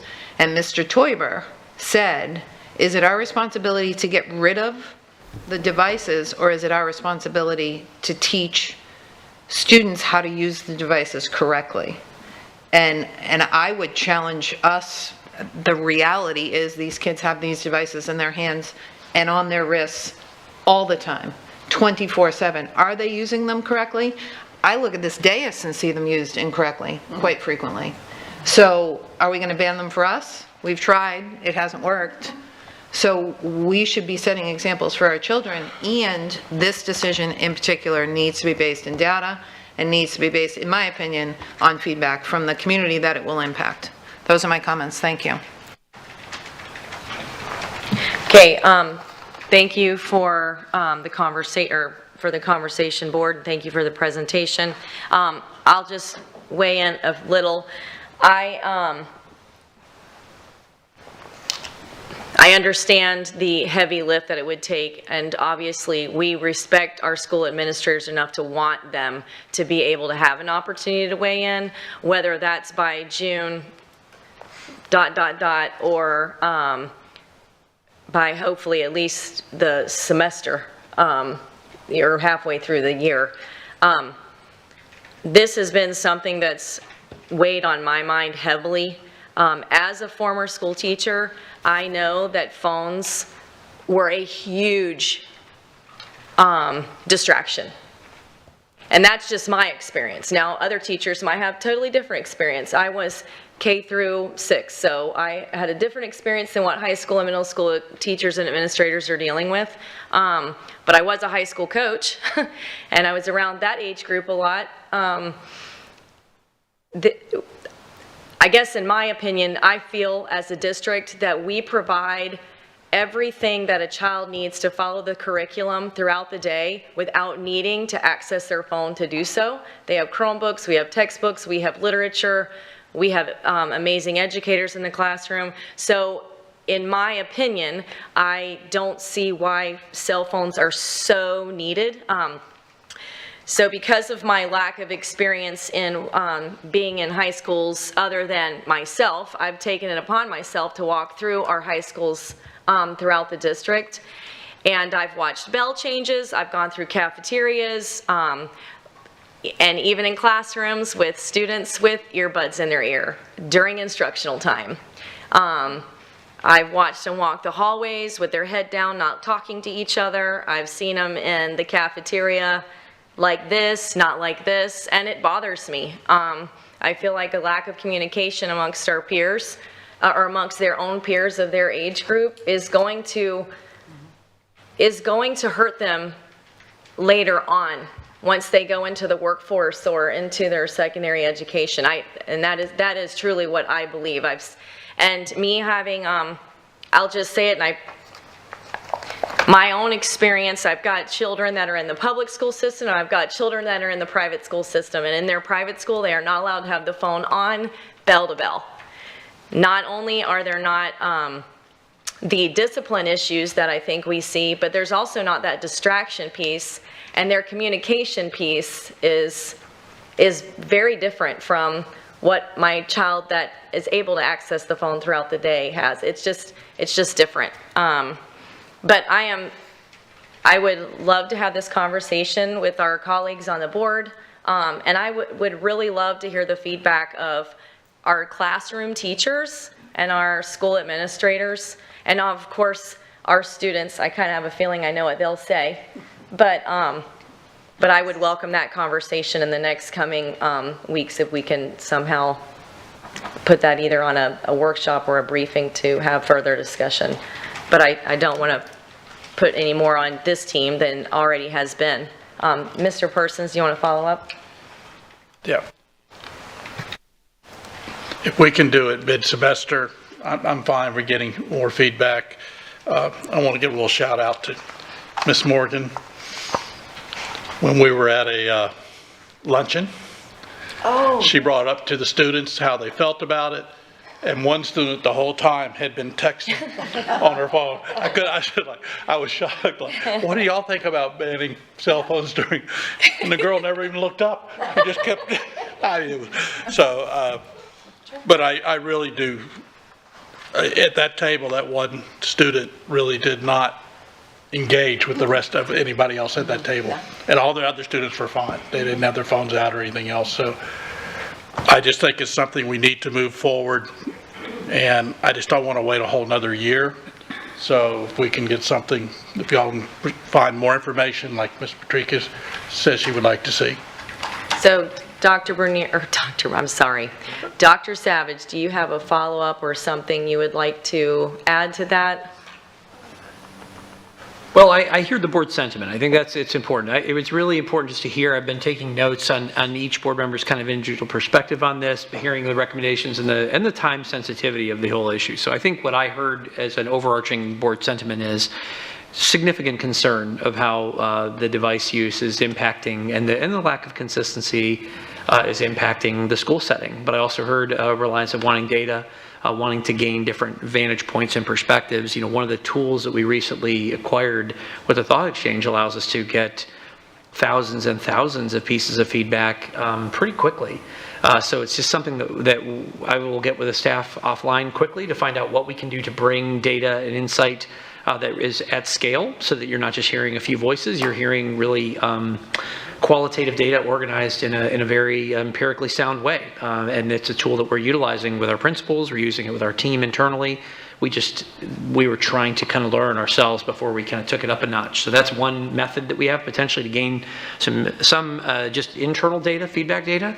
But I think Attorney Tweedberg had something you want to add? Yes, I just want to make sure that the board frames the question properly, because you already have a policy, and I know staff mentioned this, I'm going to regurgitate it again.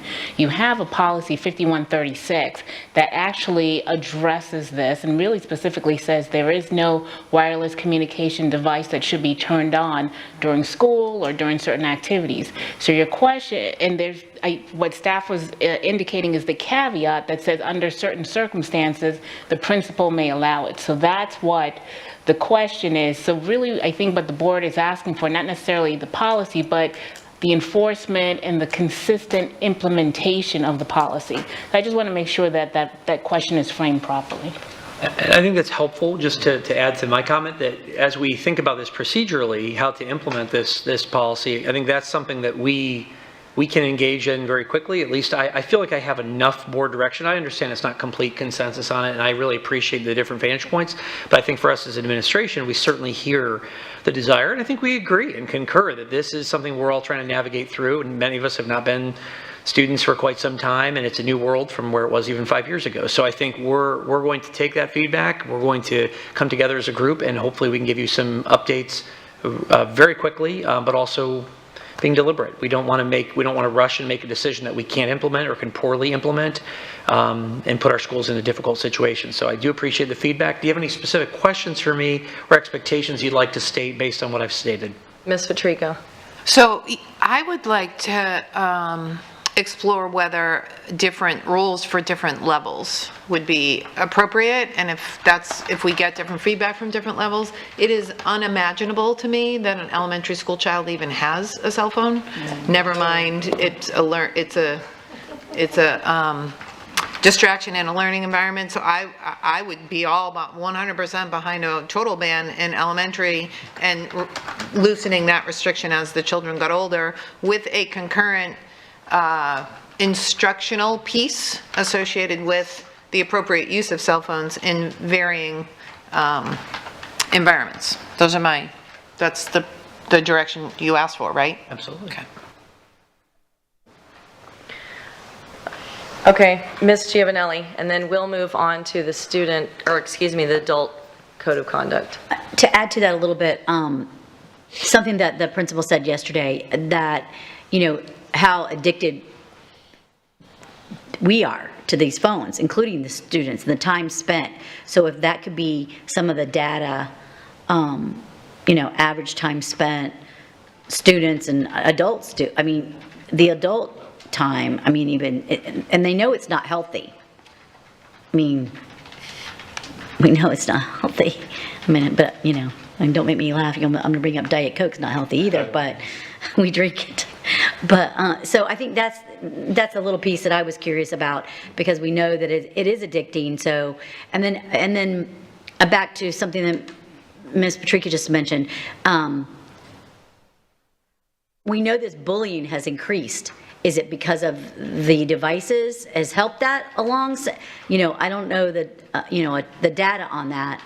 Obviously, is the bullying, do we have bullying in elementary school where there's probably not many phones? So, but I know there's some children that have phones in elementary school, you know. So that data would be important. Do we see it progress as, you know, middle schoolers may not have, not all middle schoolers may have phones, but as they get into high school, most will have phones, right? So do we see that progression?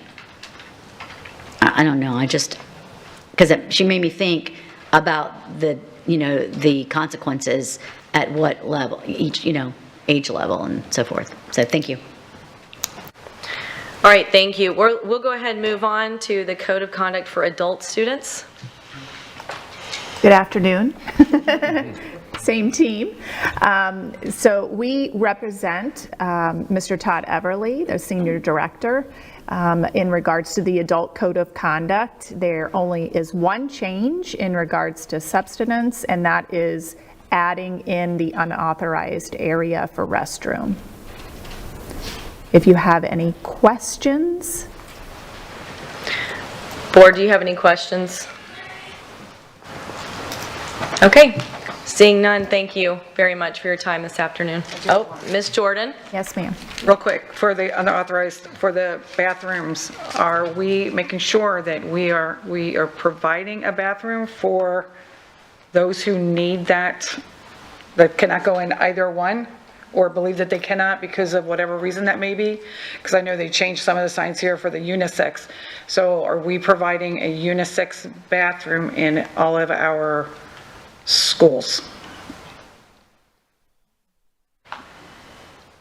And you can just send that to me. I mean, if you don't know the answer right now. We'll send you the information. That's great.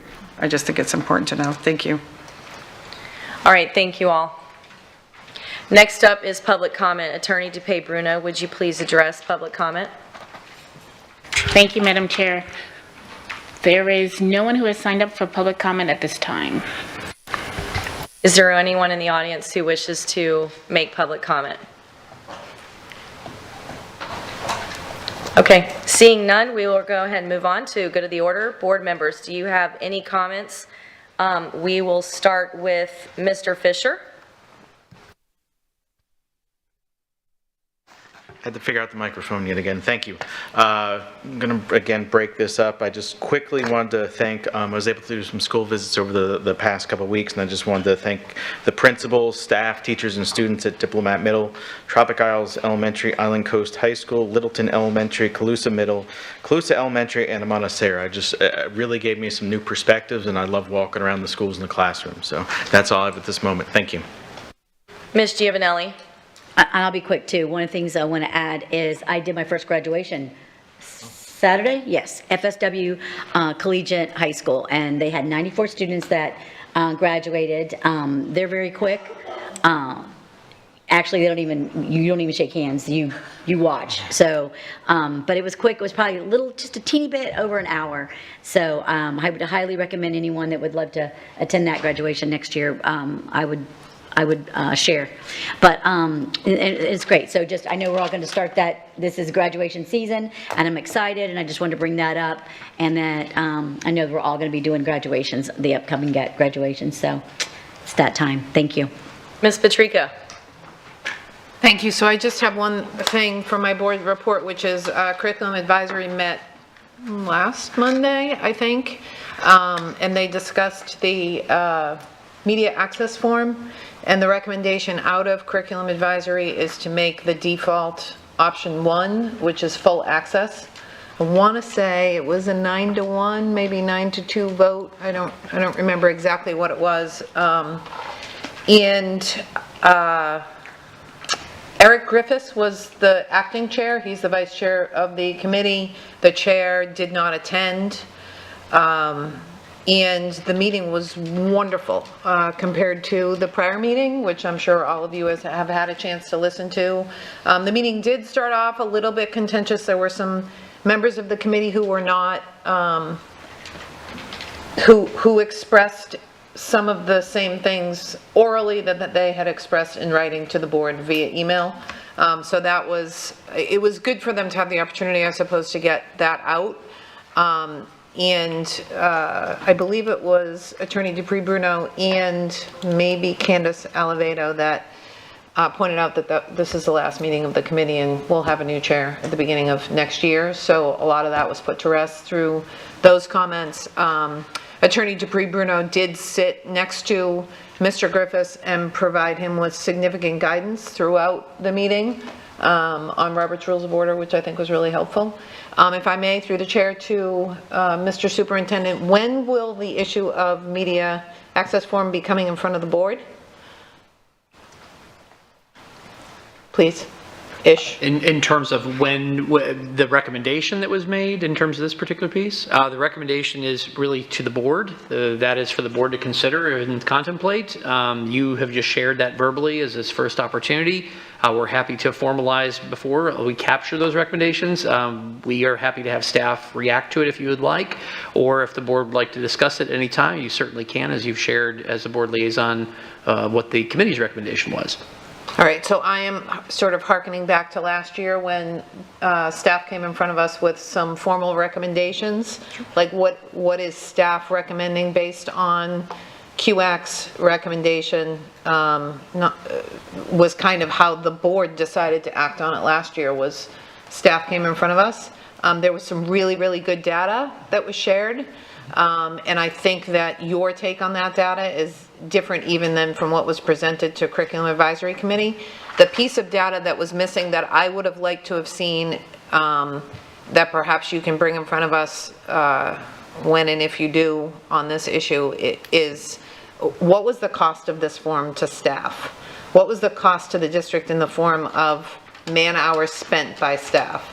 And what I mean by that is if you go back and you look at the meetings that we watched last year, I was under the impression that it was a tiny, very small percentage of parents that didn't complete those beginning back to school forms. And so we, I think as a board, were led to believe that it would be a very small, tiny percentage of parents that didn't complete the media access form.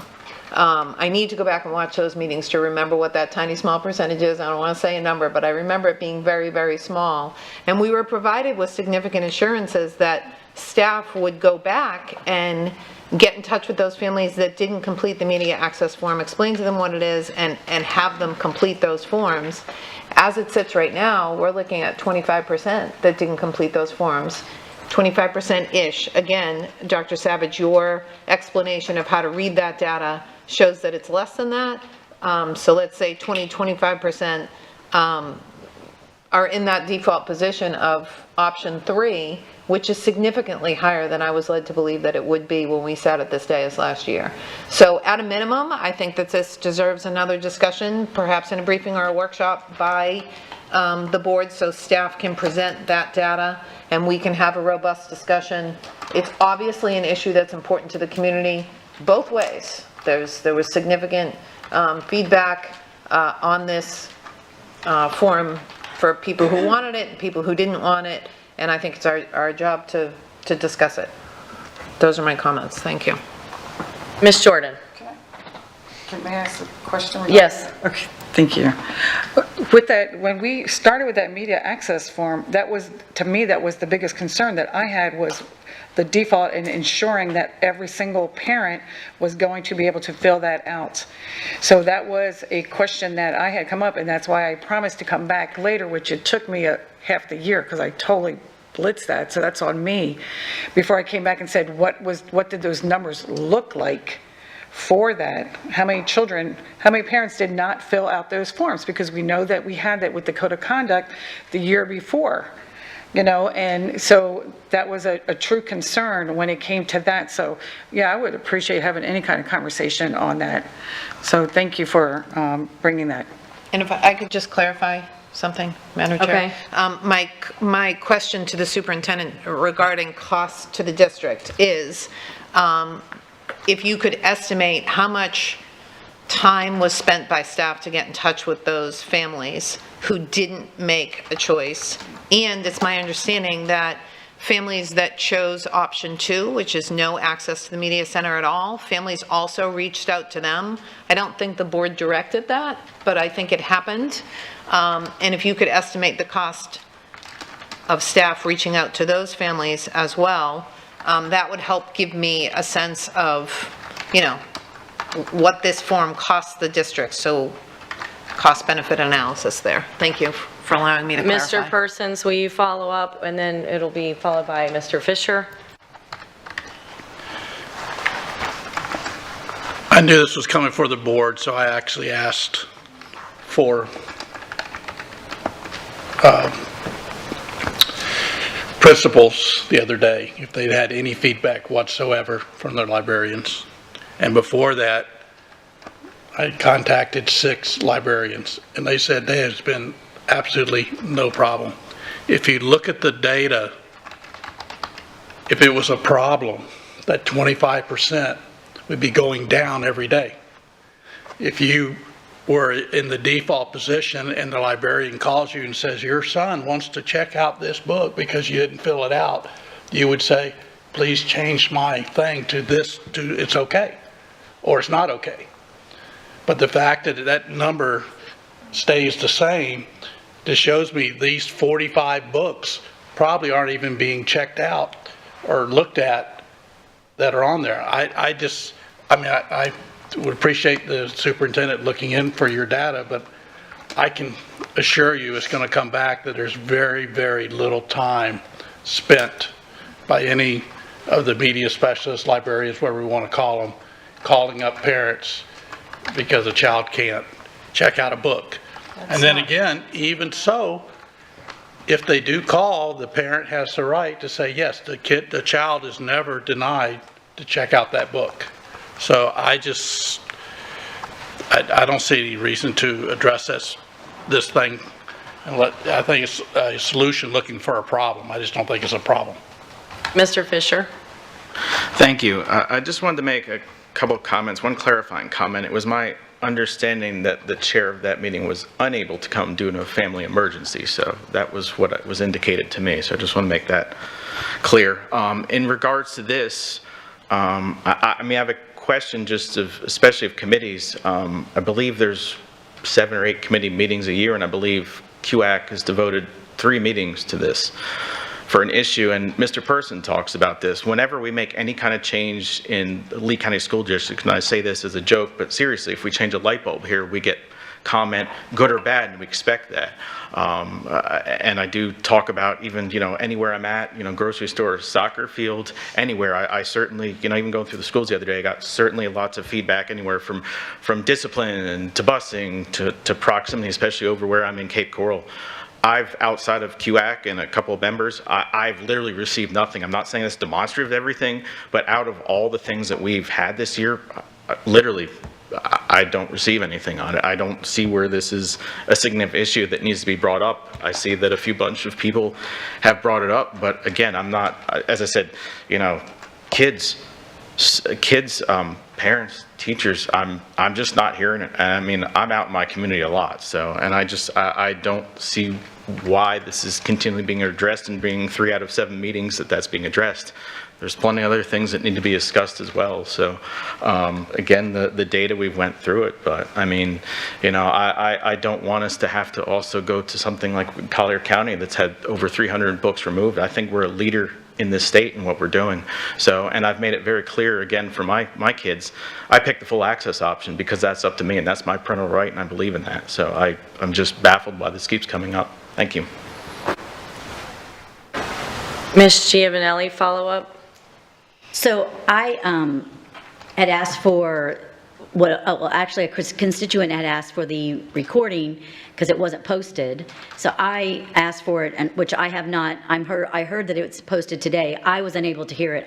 Before I would make really any decision, I would have to hear what caused this to happen in the meeting to begin with. Like Mr. Fisher just mentioned, this has been a topic of 3 of their meetings. So I would be concerned, why is this coming up? For what reason do they want to change it? I don't understand what the committee wanted to, what's the problem with it? For me, I don't believe in circumventing parents' rights at all. And if a parent doesn't want their child to read it, and if a parent's not going to parent and sign the form, then the child shouldn't have access. And the parent needs to parent. And this just puts the power back to the parent. And I believe, and I would never circumvent a parent. So if they don't want to do their job, then unfortunately we do it for them, and they don't get the access to the documents, to the books. So that's what I have to say about that. Thank you. Ms. Morgan? Board Member Patrica, was this a formal recommendation by the committee? Yes, that's why we're hearing about it from the committee. The original form was a recommendation from the committee. It didn't come from the board, it came from the committee. So this is literally the work of the committee. So I don't know how we can dismiss a formal recommendation made by an advisory committee unless that's what we say we're going to do. I mean, I understand what people are saying about this chewing up an enormous amount of time. On the other hand, we ask people to participate on committees. We ask the committees to make recommendations. How can we say that arbitrarily, in the case of QAC, we're not going to respond to their recommendation? We're simply going to ignore it. That's my concern. Ms. Patrica? So I wasn't asking for the data about media advisory or media center employees having to contact parents. I was asking about the data for the 25% of people that didn't complete forms. Okay. We were supposed to be reaching out to them. That's the data I'm asking for. And again, the reason why this is coming forward, I was in those committee meetings. It was it wasn't 3. It was 2 committee meetings where it was discussed. And the committee asked to discuss it. But for the way the March meeting was conducted, it would have been completed in March as well. But the way that meeting was conducted, it was so disruptive that the committee couldn't get to their work. So I don't think we can blame the committee for it being discussed at 2 different meetings and it taking up a lot of time at 2 meetings when members of the public were very disruptive and didn't allow them to get to their work. And I'm stunned that we're willing to discuss this here today and make a decision here today. And that's what I'm hearing from my colleagues, maybe I'm wrong, without seeing the data, without hearing the recommendation from staff, and just dismissing out of hand a recommendation from an advisory committee. And it wasn't a 5-4 decision. It was a pretty strong decision. It was either 9-1 or 9-2.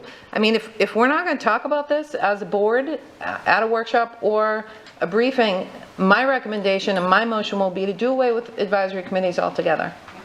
Because we owe it to them, in my opinion, to give this serious consideration. Ms. Jordan?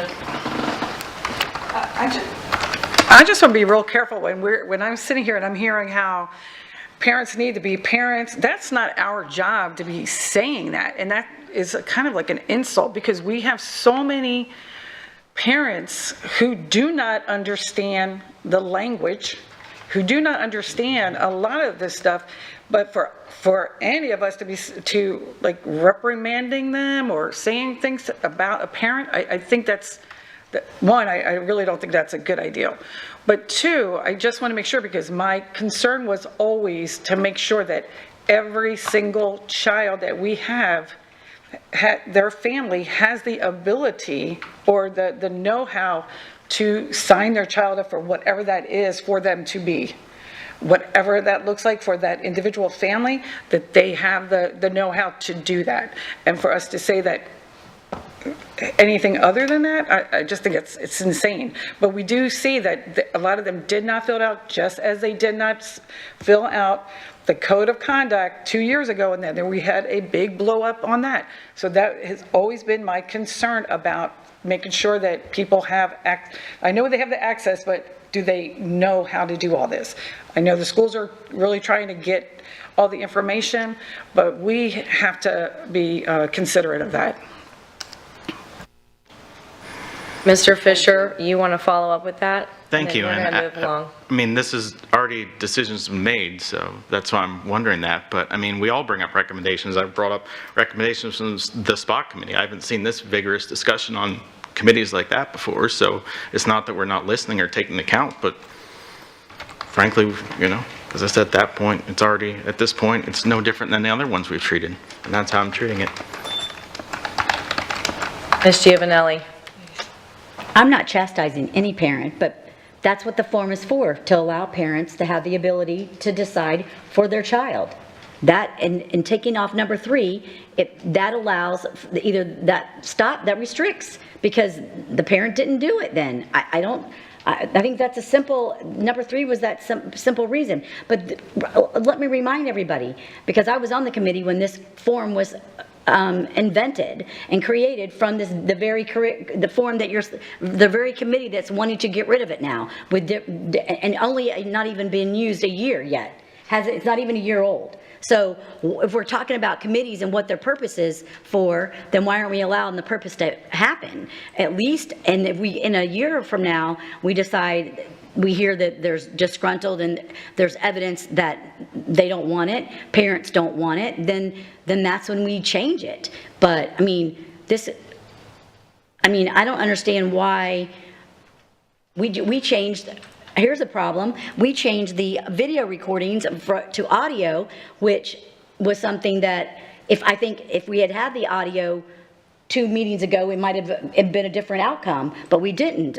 And that came from myself, and I went with the audio versus video. And but I think if we'd had video, we might have seen the meeting better 2 meetings ago, or whatever it was. But so, I mean, things change, but let's give it time to for the community and the students and their parents to understand that, and they can ask questions. So I wouldn't recommend changing anything at this time. I think we need to allow the process to happen, which this came out of that committee. Now let's give it a year or so. Why you change members, now change the form again? Is that going to happen every year after year? That's my concern. What precedents are we setting at this point? I think that we see what happens at the beginning of this school year, and if we get repercussions from it, then we can make a decision then. Mr. Fisher.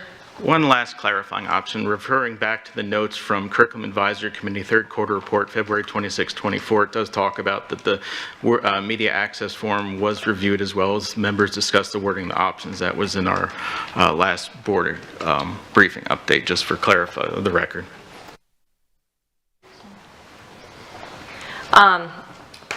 So while I appreciate the members of the community that serve on these committees, when they make recommendations, that's all they are. They're recommendations. We don't change policy because of a recommendation. We respect those members of that committee. We listen to their recommendation. We weigh it in our own head, and then we move forward. Ms. Giovanelli, you make a great point. The form is not even a year old. I would like to move on from this discussion today. I believe this is something we can talk about more in our one-on-ones and possibly bring back. But with the ask of Ms. Patrica to bring that data forward when we have that discussion one-on-one. Do you have your direction, Superintendent? I do. Okay, Madam thank Vice you. Chair. Thank you. Thank you. I'm going to continue due to time. I'm in the middle of my board member comments, if I may. Oh, I'm sorry. I thought we were moving on, Ms. Jordan. I'm not clear on what direction we have provided to the You're next. superintendent. Will this be coming back for a discussion at a workshop or at a briefing?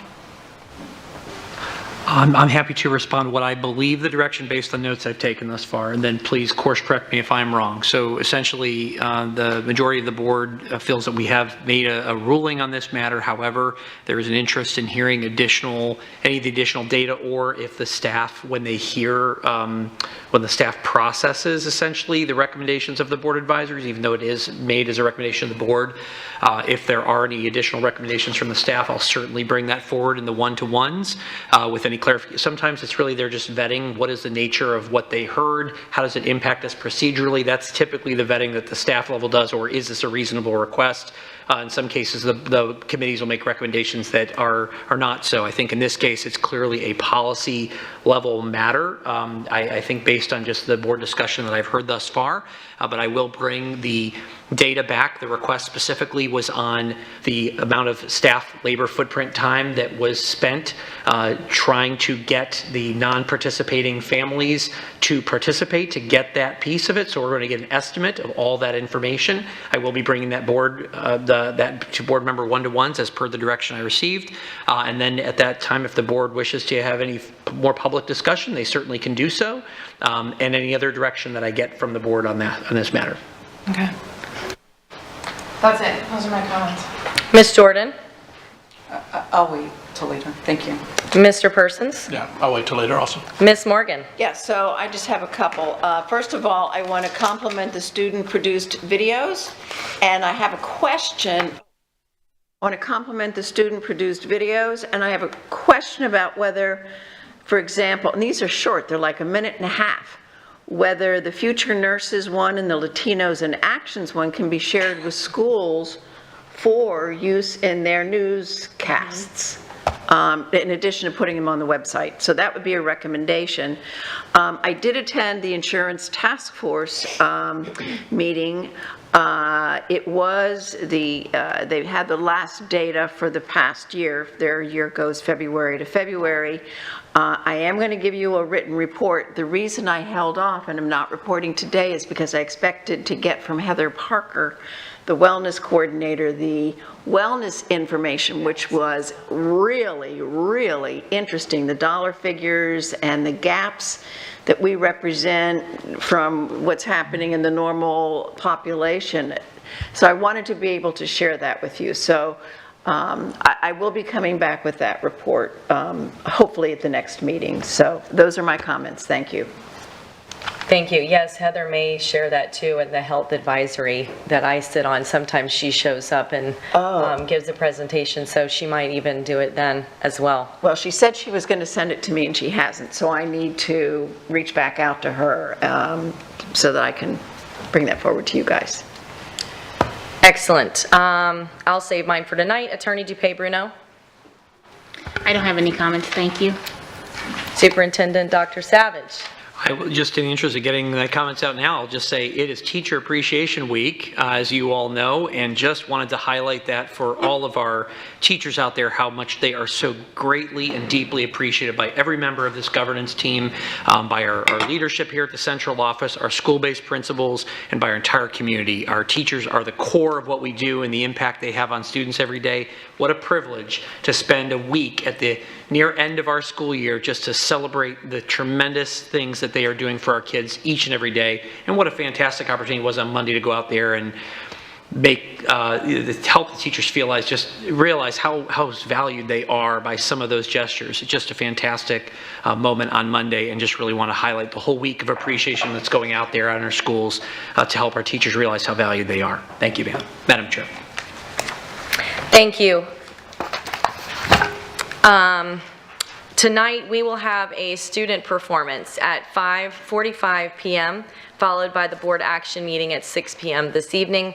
At this point, having no other business to come before this body and seeing no objection, this meeting is adjourned. The time is 4:38 p.m.